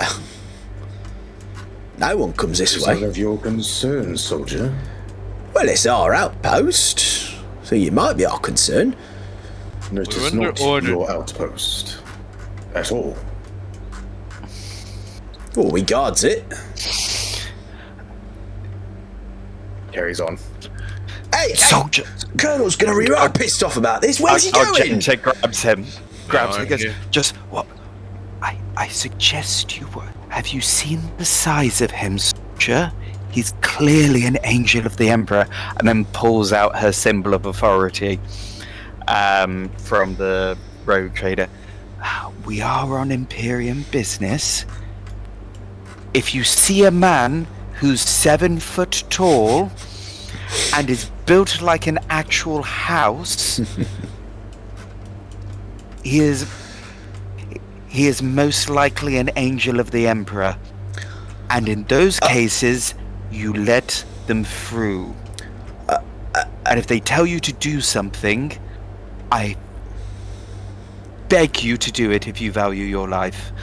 Oh, I've never seen an angel before. I just thought he was a big boy. Is he an angel? Bloody hell. What's he doing on Ostia? Like in backwater. Fracking hell. Imperial business. We need to speak to the Colonel.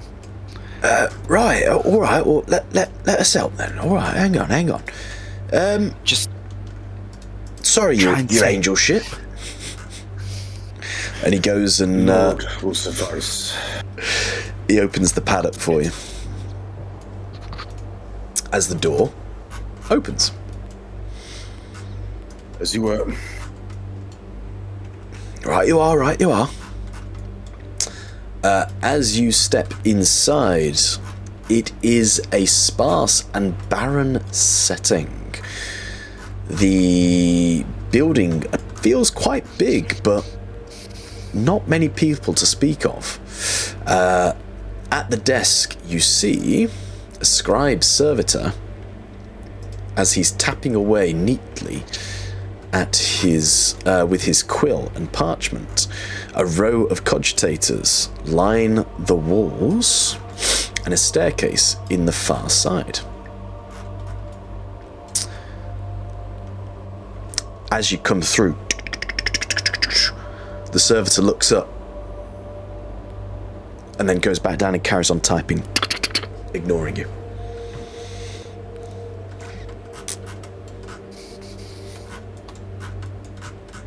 Well, you wanted to requisition some gear? Yes, I suppose I do.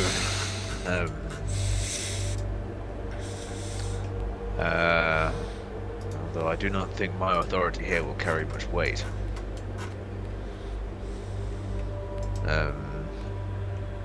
I suppose Paul goes up to the servitor and says, "Is this where we requisition some gear?" I guess maybe the first thing he would do is he would inspect the servitor to see who has the capability of communication. Yeah, so you can see he's got a speaker where his mouth should be, and he's typing away. As you approach him, he looks up.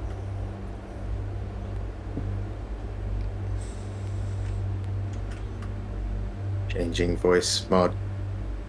No, waiting for question. Oh, that was. I mean, he'd already asked the question. Oh, sorry. I thought you were inspecting, and then okay. Yeah, like that was my question, and then I thought he would. Paul, as a person who lives in this world, would probably first thing see if the servitor can speak, and then he would have asked the question that I asked. Requisitions in storeroom. Where is the storeroom? Just points a sort of clawed hand back towards the door. Alright. I guess it's opposite the road then. Alright. Then we go across the street to the other door. So there are windows, Gearhart. So looking inside, you would see the telltale, messy signs of a mess hall. Not what you'd expect from a storage room or somewhere where they might keep armaments.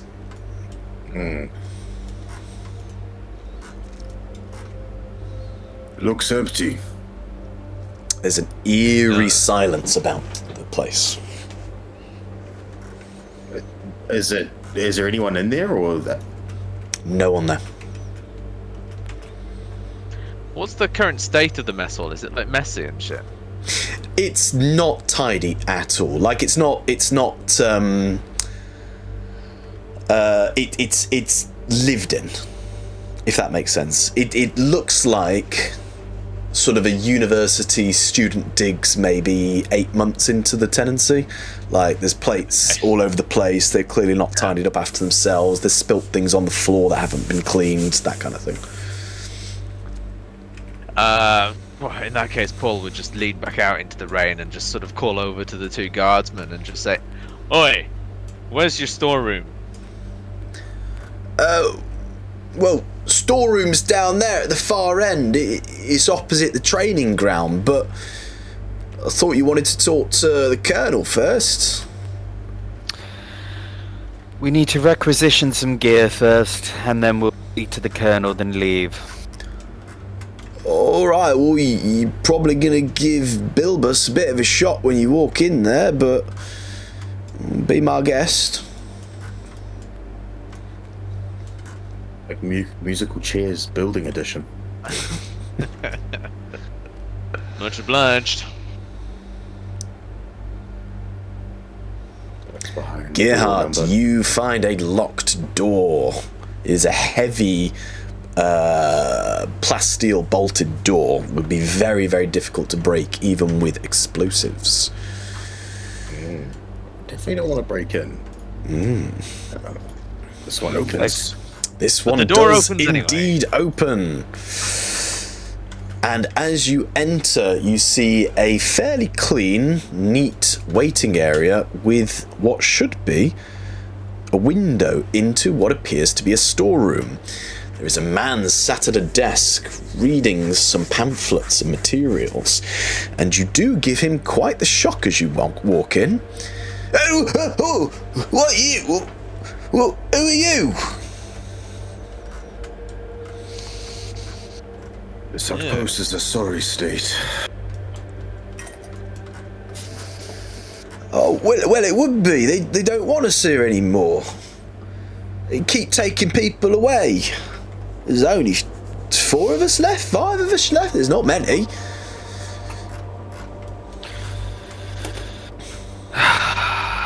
We're here to requisition war gear. Yes. We are on a mission. Oh, war gear? Oh, we've got plenty of that. Nothing ever happens round here. Hang on. Who are you? Argenta out the symbol. Oh. Veronius sent in. Of the Absolvers. Oh, wow. What's an Astartes doing on Ostia? Let's see my keynotes. My keywords. Imperial business. That's, Currently on mission. Oh, well, I mean, yeah, well, all right. Well, secret stuff, eh? Is it exciting stuff? Is there anything the gravediggers can help with? We're pretty handy. Your help would be welcomed, yes. Yeah, I've always thought myself I was wasted in the gravediggers. I thought I should be real like a Tempestus or something. I was always very, very clever, I was, and right sneaky, as he starts to go into a little bit of a monologue of his life.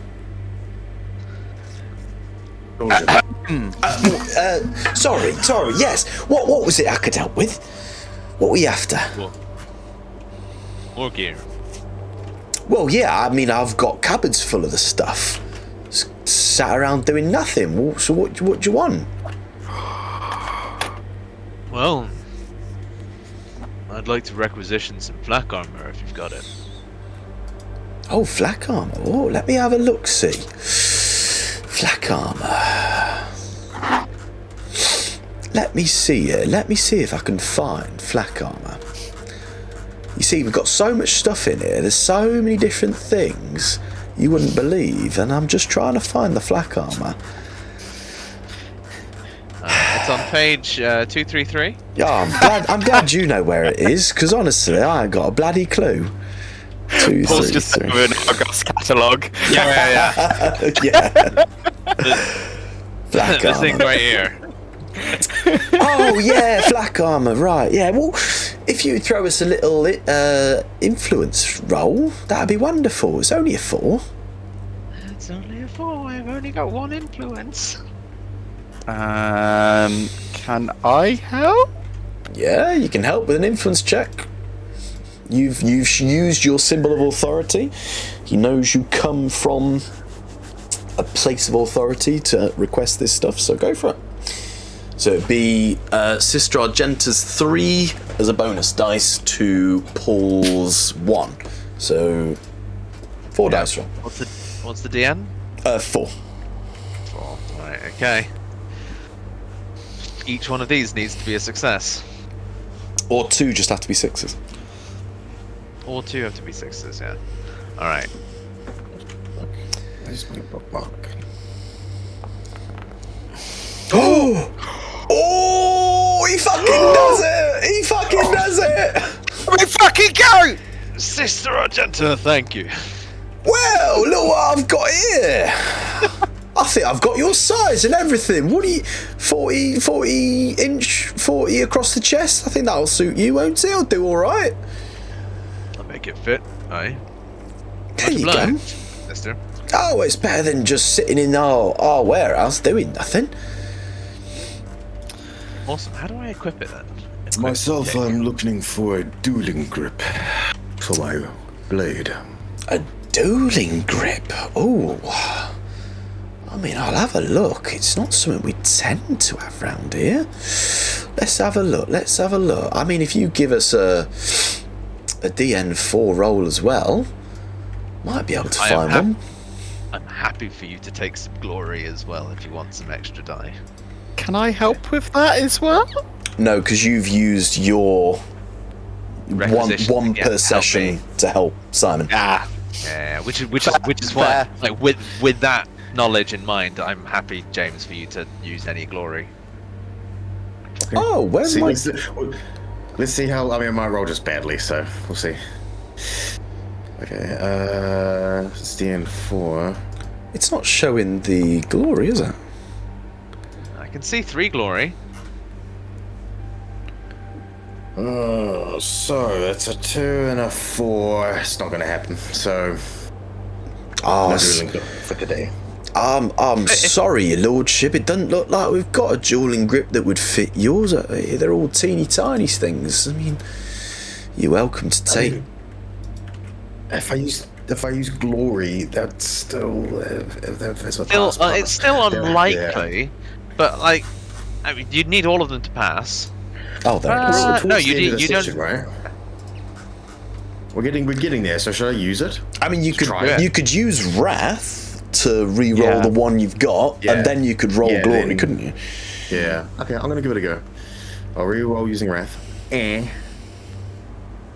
Holy shit! Holy shit! Yes, right. Glory. You've got 3. Okay, so are you guys happy to use glory? Definitely. Mate, we didn't use anywhere near the glory we had last session. Like, I spaffed, I had loads. We had like 5 glory, we didn't fucking use it. So should I use, because if I use just 1, it doesn't assure that I'm going to get it. I might have to use 3 to get it. Yeah. Use 3. Mate, don't you have money though? Wealth. We have 2 wealth. But wealth is finite, and glory, it comes pretty quickly. So yeah. I know. So but you we can sell stuff for wealth. You can also sell the augmetics that you picked up, or some of the other stuff that you picked up. But I mean, you may as well use the glory first. That's what I'm saying. Like the glory happened. Like the glory is refreshable. We get it all the time. And like, just for Simon and Ed who might not be aware, your glory caps at 5. Okay. So it's not. It's meant to be. It's meant to be. What's it meant to be? Double. It's encouraged to use it.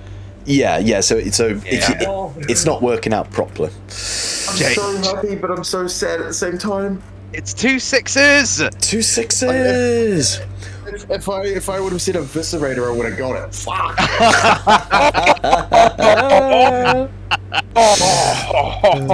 Well, what have we got here? Hey, right at the bottom of the barrel. it's quite strange. I mean, it's in a lovely box. I didn't even know it was here. Let me just go and get it for you. Ah, when did this come in? What?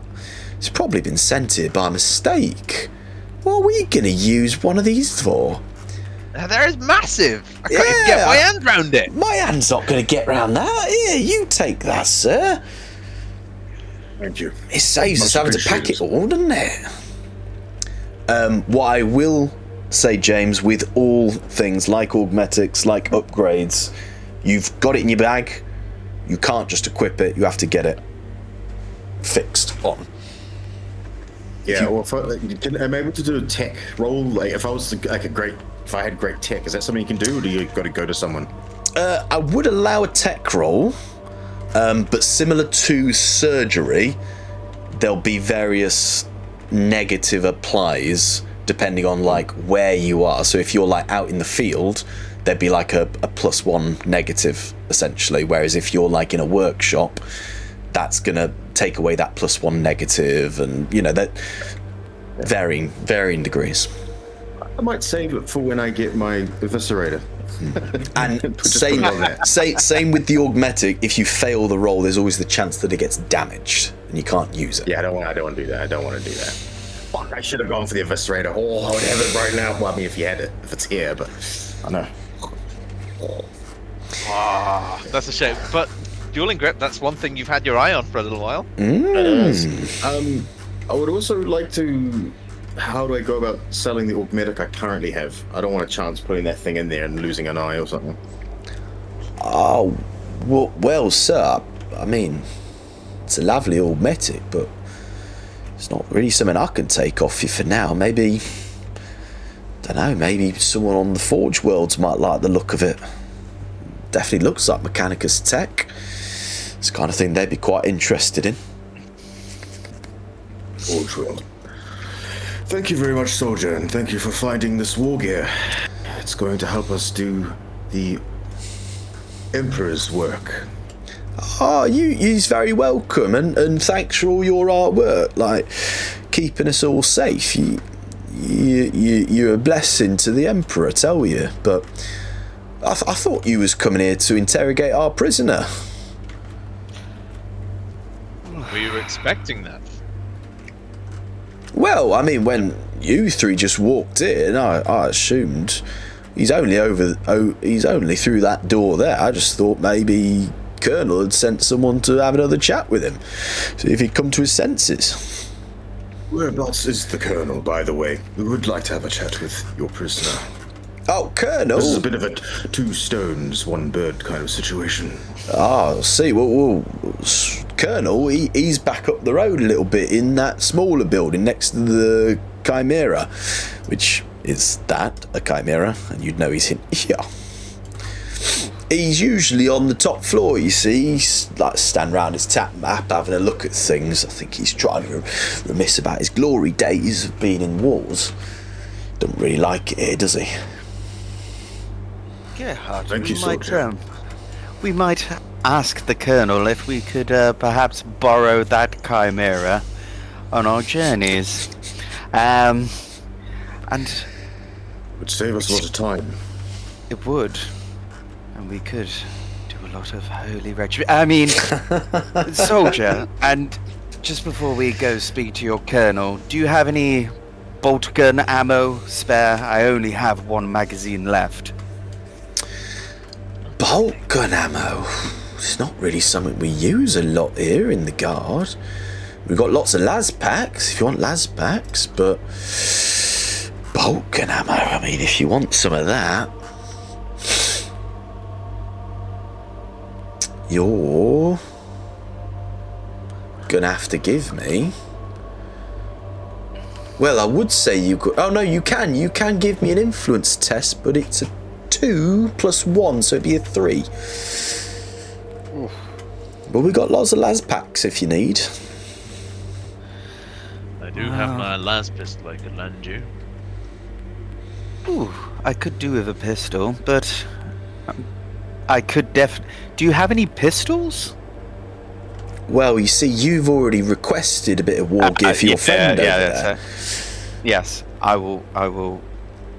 If you want to Totally. roll us an influence test to see if I've got any bolt gun ammo, I could have a look for you. Where's influence? Gear.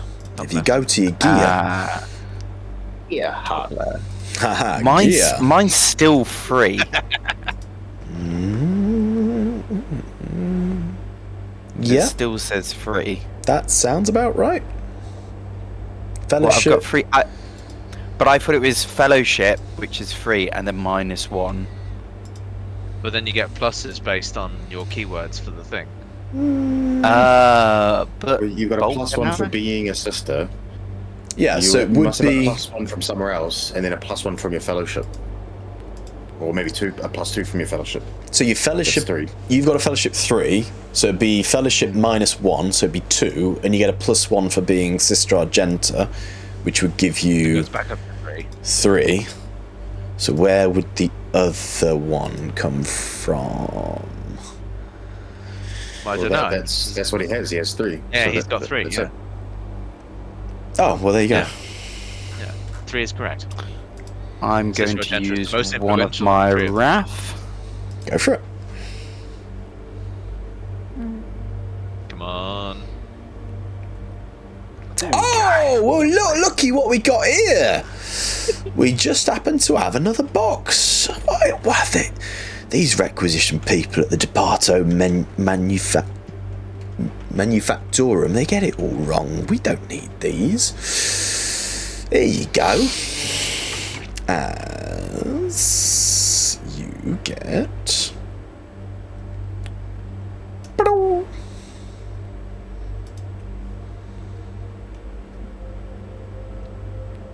Oh, hang on. Is that the right thing? Bolt shell? No, there it is. Bolt. Sorry. Ignore that one. That's shotgun stuff. Yay. Guys, I now have a resilience of 8. Ooh, the tank is getting tankier. If I put my shield on me, that could go up to maybe 10 or 11. Wow. Well, it looks like, Paul, you need to get up in the front in the melee with us, hey?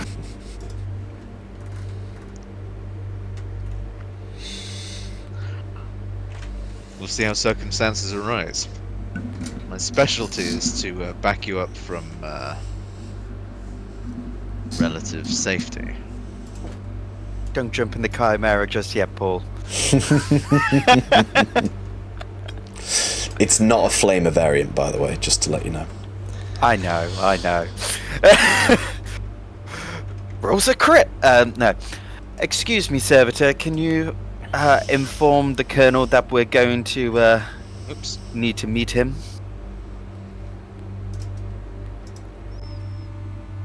He is upstairs. Proceed. And I built this map before James told me the wonderful things, so... You are going to get transported. Legally broken. There we go. Right, you head upstairs into a fairly tidy looking war room. A tactical map showing the Valley of Ankara is on the digital display in front of you. There's some sparse bits of material, sparse bits of war gear lying about, but there is only one guardsman and... Colonel Bilnus. Colonel Bilnus, who, for some reason, is His called armor's cool. Veteran. What's his name? And he looks like this. Nice. And what you see is a meticulously groomed, bold and brash Colonel Bilnus. He's leaning over the table, looking at the Valley of Ankara, pointing at various places, barking at this guardsman who seems fairly meek and sort of just nodding, going, yes. No, and I think if we put some people over here, maybe if we requisition another regiment from the gravediggers, we'll get some more over there, and the bloody labourers will never rise up again. I'm telling you, they won't do it. They won't. I know they did it last time, but they won't do it again. They won't. If they do, I'll shoot them myself. I will. You'll be hearing this as you come up the stairs, and as you get to the top, he looks over and goes, were we expecting any guests? Did you ask for somebody? What are they doing here? Who are you? Argenta pulls out the symbol of authority. We're here on Imperial business. Yes, well, I don't personally consider Veronius as Imperial business. He's more of a rapscallion, really. So, I don't really care about that. Who are you? We are sent here by Commissar Helzar Stefanov. Oh, yes. Wonderful lady. Yes. She's brilliant commissar. Why, I've seen her shoot a few people in my day. Tell you, they never run away after they see her. You see, we were running into a field of artillery, and all these penal legions, they were starting to run back, and the commissar, she must have gunned down 10 men. They never run again after that. Yes. One you should have seen that guy the other day. No! You're quite the large chap. One of the Astartes, I presume. Shall I refer to you as Lord? I am Brother Gerhard. Yes, that'll do. Yes. Well, Gerhard, Lord, welcome. My name is Colonel Bilnus, but I'm sure you're fully aware of that. I'm quite well known on Ostia. Welcome to my outpost. I know it's a bit of a sorry sight these days, but damn ecclesiarchy is so tiresome with their laws and regulations about weaponry and armaments. I gotta say, I love this guy. Don't worry, we're not here for... what was the word I was looking for? I just spaced on it. It's right there. We're not here for housekeeping. We've been told that you have a prisoner here. You wish to speak with him? Oh, yes, the prisoner. One of these bloody zealots. Telling you, if we had the proper gravediggers here, they wouldn't be rebelling like this. It's ridiculous. Honestly, it's ridiculous, yes. He's over in the storeroom. If you speak to Bilnus, he'll let you through. Yes. Captain. Colonel! Colonel, sorry. Colonel. What is the prisoner's name?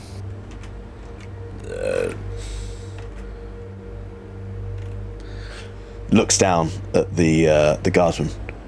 The labourers have names. What? They do? Are you sure? Why would they let them have names? They grow the food. You wouldn't name your wrench something, would you? No, Oh my god! This man is awful, but I love him. Well, apparently his name is Forgus. How do you spell that? Forgus. Forgus. Forgus. August, okay. Apparently his name's Forgus.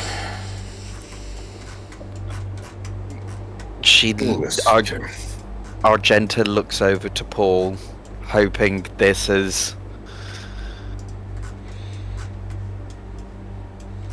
wondering if it's related to the brother or something of the girl that they met. The side quest. Yeah.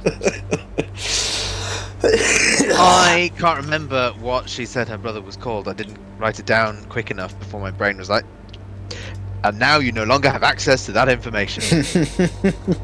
That's been lost to time. Can we do a history check? So, Are you talking about Scrum? no, not Scrum. So, I would allow you a history check, but I can tell you for free that you didn't Yay. get the name, and I will tell you why. It was because Paul was doing some wonderful investigation work, and then Gerhardt decided that the investigation work wasn't worth his time and hurried up Paul, so the investigation stopped. So you can roll a history check as a scholar check as much as you want. You do not know the name. Okay, Cool. cool. My data slate from my chapter leader says don't fuck around. Yeah, no, that's Gerhardt. There's nothing wrong. This isn't James. This is Gerhardt. No, I know. And in Paul's mind, this isn't fucking around. All information is valuable. Well, we'll inquire into your prisoner, Colonel. One last thing, though. Do you have any form of vehicular transport that we could use? We need to inspect the ruins, and they're quite some distance. Oh, the ruins. Yes. Interesting business, the ruins. Yes. We sent a group of gravediggers down there back,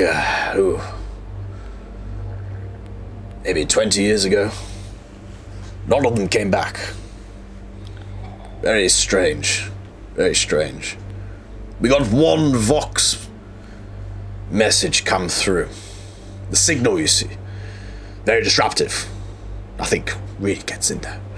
Which is why we can't do orc specs, scans, aerial reconnaissance. It doesn't work. But something about bone. Is it bone? Bone. Lots of bone. I don't know. Bone. There you go. But vehicles. Well, I mean, you're welcome to take the Chimera. Don't take the Hydra. If you touch the Hydra, the Commissar might shoot me, and I will be pointing her towards you before she shoots me, and then she'll shoot both of us. Do not touch the Hydra. That stays there. Her eyes light up as soon as he says the Chimera, just like... Chimera, well, I mean, there's only the four of us here. We don't really move around much, and I'm sure Dynastus with the Torax Prime will be back anytime soon. So it's been a while. Gone a while. When was he meant to be back? 2 days ago. Yeah. Is he slacking off again? It's going to cut in a lot of time. Well, All this walking about is not efficient whatsoever. Yes, well, it's fine. There's a bit of fuel in there. There's some promethium still in the tank, so... Well, thank you very much, Colonel. We shall inspect this prisoner of yours. Thank you for your help. Good day, and Emperor Protect. Emperor Protect. Emperor Protect. This guy that he was talking to is his little peon next to him. Is his name Blackadder by any chance? And he's just like tired of the Colonel's shit. No, it's Darling. Oh. It's Darling. Darling, I want you to hold me, darling. Kiss me, darling. No, so it's all too much. Not you, darling. Darling. What? Oh, Blackadder. Right, you head back downstairs, leaving Colonel Bilnus and Darling. Right, so To the prisoner. No, Not back. It's back to where we requisitioned our stuff. Yeah. Gone on a wild goose chase of the most interesting kind. To be fair to you guys, I made this map before I realized that I could condense maps in the software, and I thought I had to make all the maps like 50x50 scale, and I was like, fuck, I need to fill it out, and there's only 4 fucking guardsmen here. Oh, you're back. Was the colonel all right? Was the colonel all right? Yes, the Colonel is fine. Oh, We're just here to speak to the prisoner. He was strategized. wonderful. You go ahead then. Have a chat with him, right? As he goes back to his magazine. All right. Okay. Be sure to check out page 56. So, you enter the dull plasteel supply chamber that forms the now cells of the Outpost Polaris.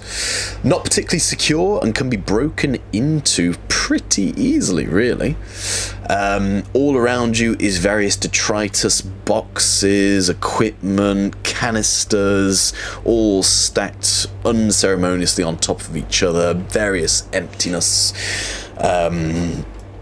and potentially used to hold food and other types of sources when this outpost was properly manned. But in the far corner you do find a enclosed area with a prisoner sat on the floor, almost weeping to himself.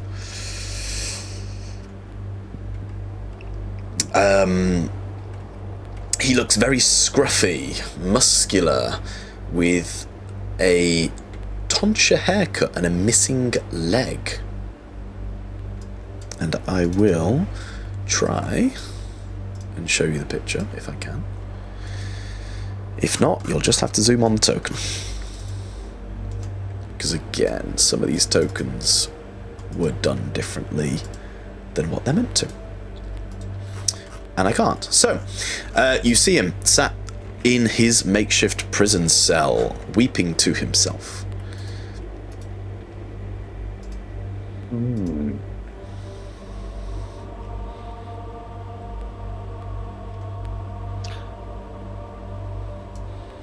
Can I see if that, like, what he looks like, if there's any signs on his body of, like, I guess either markings or anything like that that are unusual in nature? I'd say from a visual inspection from where you are, for free, I will tell you there are no visible indications of heresy, of corruption. The only unusual thing is his missing leg.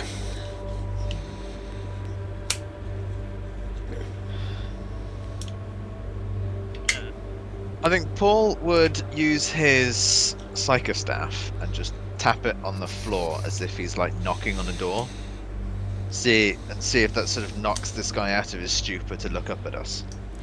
So at the noise of the knocking, he kind of very nervously, what are you doing here? You come to finish me off. You come to finish me off. Don't do it. No, I don't want to. I don't want to. No, you can't make me do it.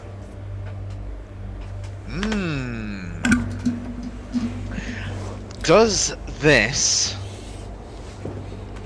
smack to Paul as someone who's been overcome by the warp and failed to keep it at bay? Is this that kind of madness? Because he will have seen aspects of this in various people during his own training. You again, for free, because you have science, you would know that this man is mentally damaged. But it's not necessarily warp damage. He is just mentally damaged. Okay. He's taken too much shock. Yeah. Yeah, he has like a shock of 3 and he's had a shock of 30 just whacking or something. No, we are not here to finish you off. Are you Forgus? No, stay away! The mechanical man! No, the metal, shiny, no! Is there something that I can do to still his mind? Not really. Cynisance. That's the thing that you said that I have. I don't sense anything of the warp here. Alright, okay, well I guess we just gotta, as the three of us, try and chill him down.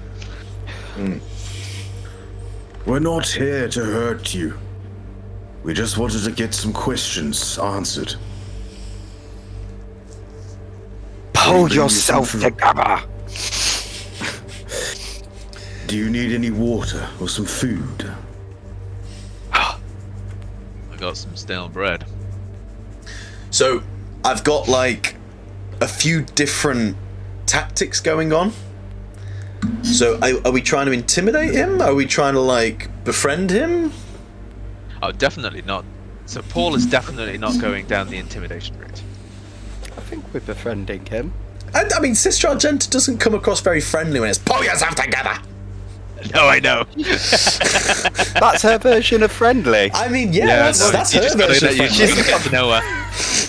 She has a hard outer shell, but maybe still a hard interior. Yeah. Okay, so it will be a leadership test of DN5. Oh, I've got Jesus. leadership of 6.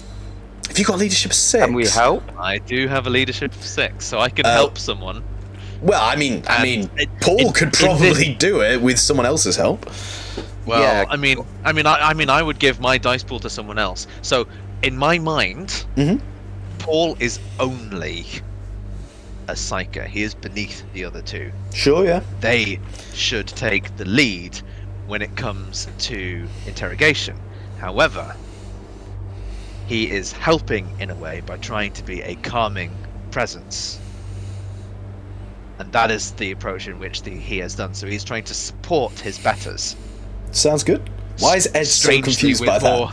Strangely with more leadership than the other two. Yeah, it's just because you got like a 6. I've got a leadership of 4. You got to remember that Simon made the very clever choice of being a human, which meant he has a fuck ton of XP to dump wherever he wants, whereas you two picked more expensive classes.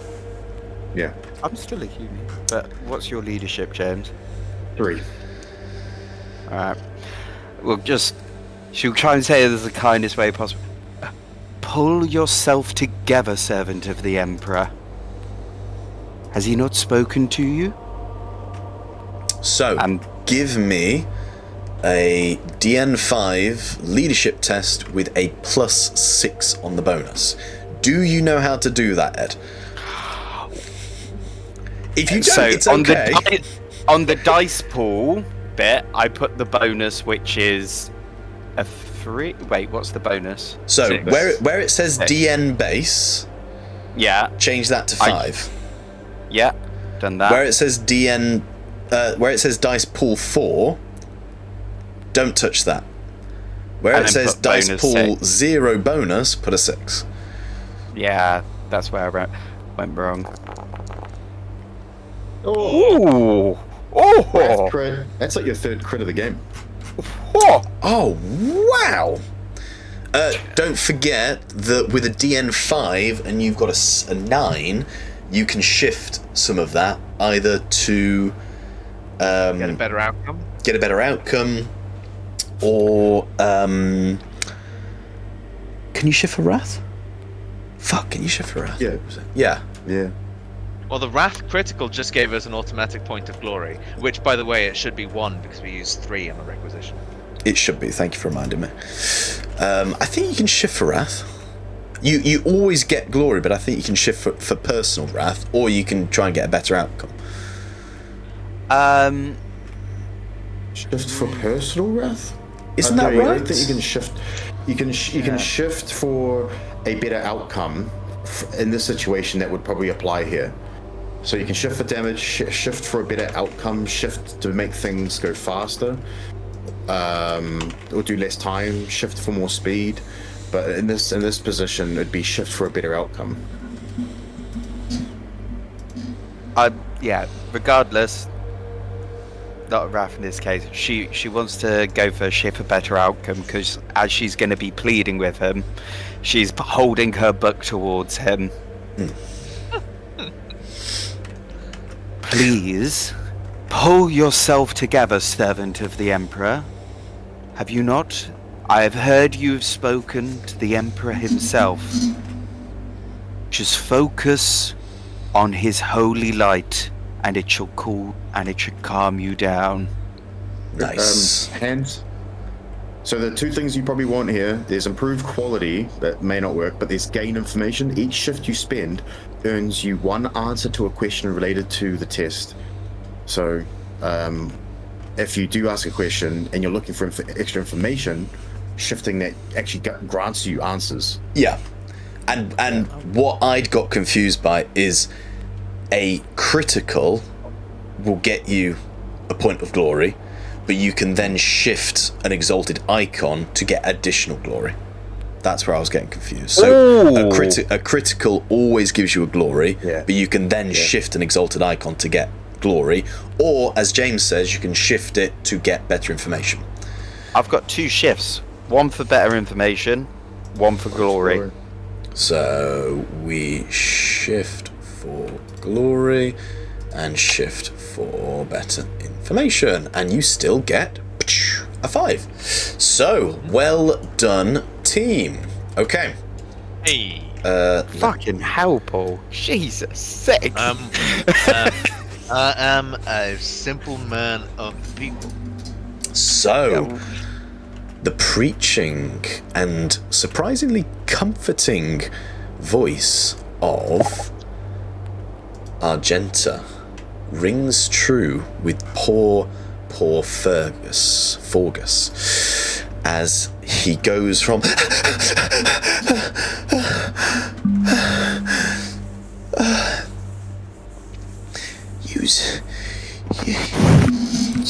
uses one of them sisters, isn't you?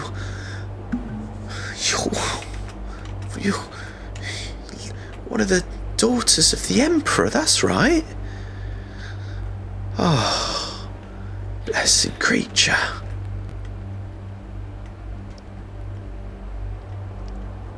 Yes, Fergus. We're here for answers. Now, please, we need to know, what were you told? And who have you spoken to? Well, you see, I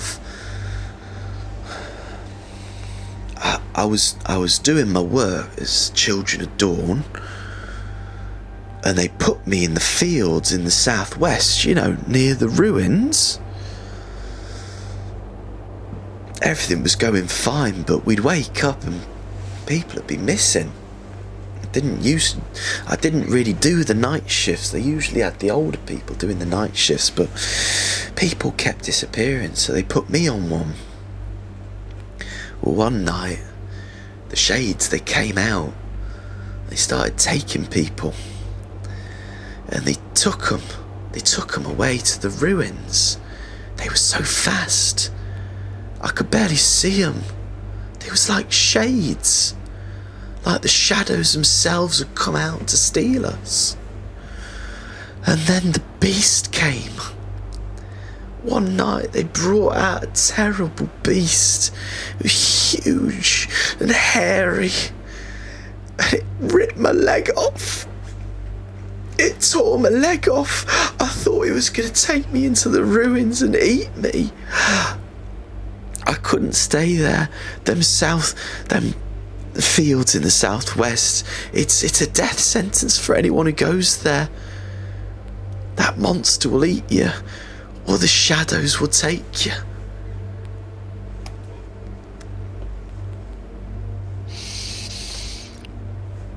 Did you see anyone else?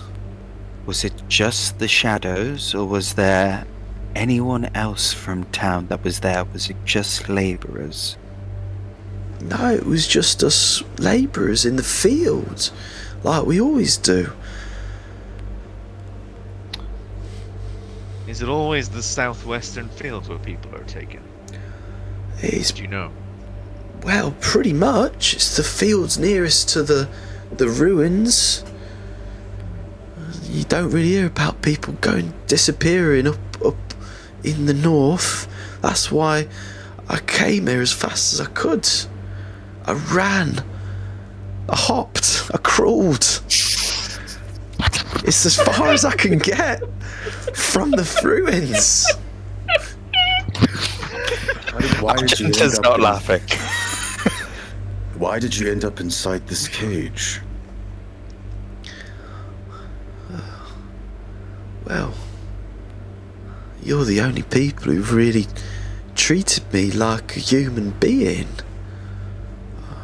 I don't know what it is. Maybe it's the sister there. Maybe it's your friend. But you've calmed me. I feel much more relaxed. I haven't felt like this in days. Fergus, is it your sister who works with, and then insert the Mechanicus guy's name? Ultimo He didn't answer my 14. question. Have you? Say again. I said he didn't answer my question. Didn't he? No. I said, but what? How come you're in this cage? And he goes, I feel much better now. Okay. Oh. He's so Yeah, kidding me. yeah. Well, it was probably because I was raving loony when I arrived. And then to Sister Argenta. Oh, you see my sister, Thravium? Is she all right? She's not followed him into the forest, is she? She is very alive. Work in the fields. Oh, thank the Emperor. I love her. She's my little sister. I'm meant to look after her. I don't know what went wrong with me. She mentioned you were part of some riots. But can you tell us about that? Oh. That's just the children of Dawn. They're just trying to cause trouble now. I thought if I joined in with them, we might make a change. Might stop these Mechanicus types from taking over Ostia and turning us all into them soulless servitors, but I don't know, that worry seems so distant now. Maybe they could help me now. Maybe they could give me a new leg. Yes. Not so. No, this is not the time. No, and what we heard that the Emperor spoke to you. What did he say? The Emperor? Oh, well, you know, I had visions of him when I was sleeping. I'd dream and I'd see a sunrise.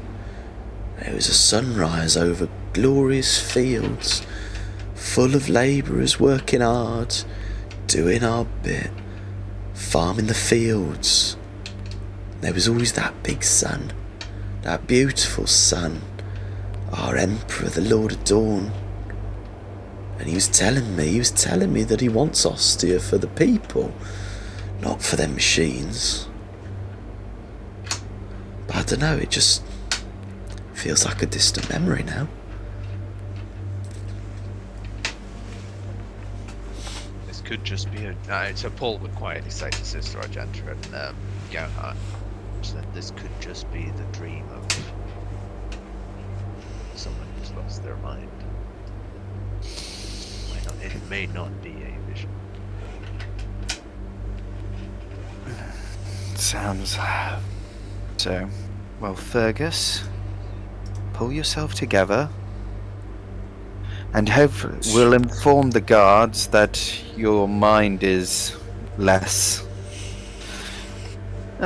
fractious.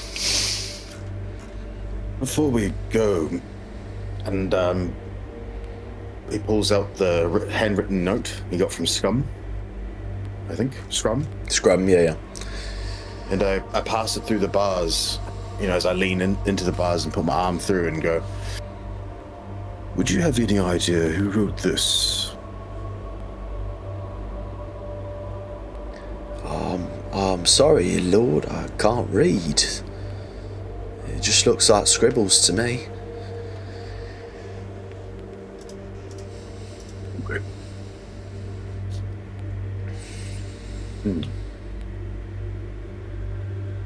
Seems like it still points us towards these ruins once again.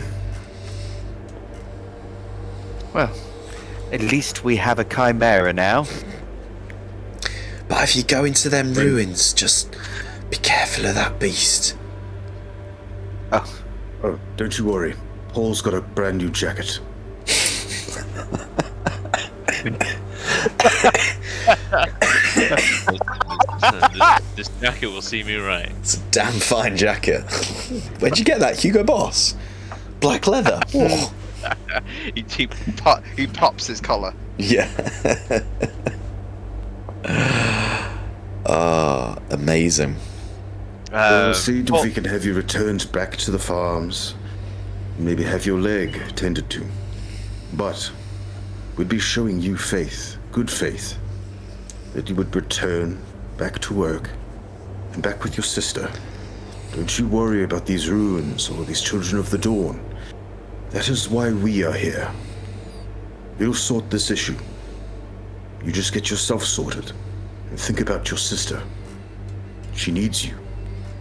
You do not need to be running off with a bunch of zealots. If you can do this, then I'll put in a word for you. Get you out of this cage.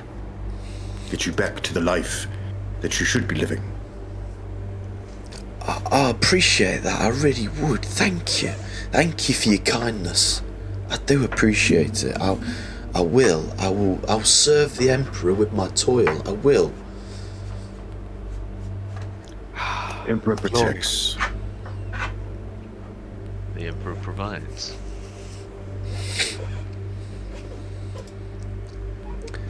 And with that, I'll walk off in a cool manner.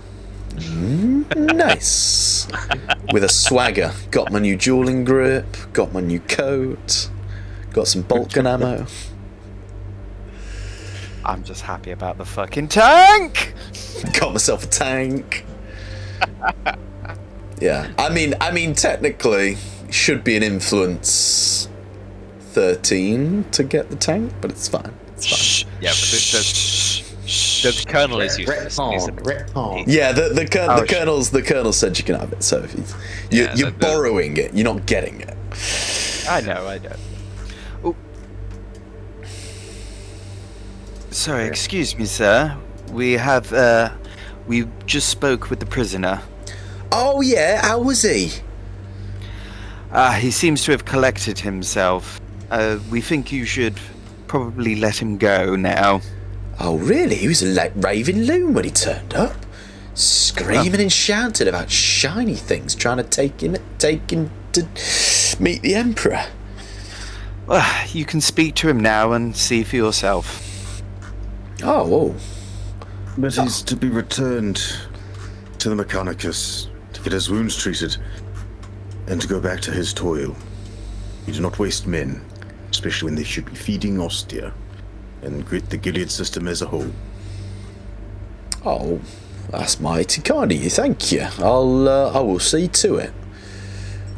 And make sure he's fed whatever rations you have and some water. He is not looking the best. You can't have him working in the fields for him to keel over of dehydration.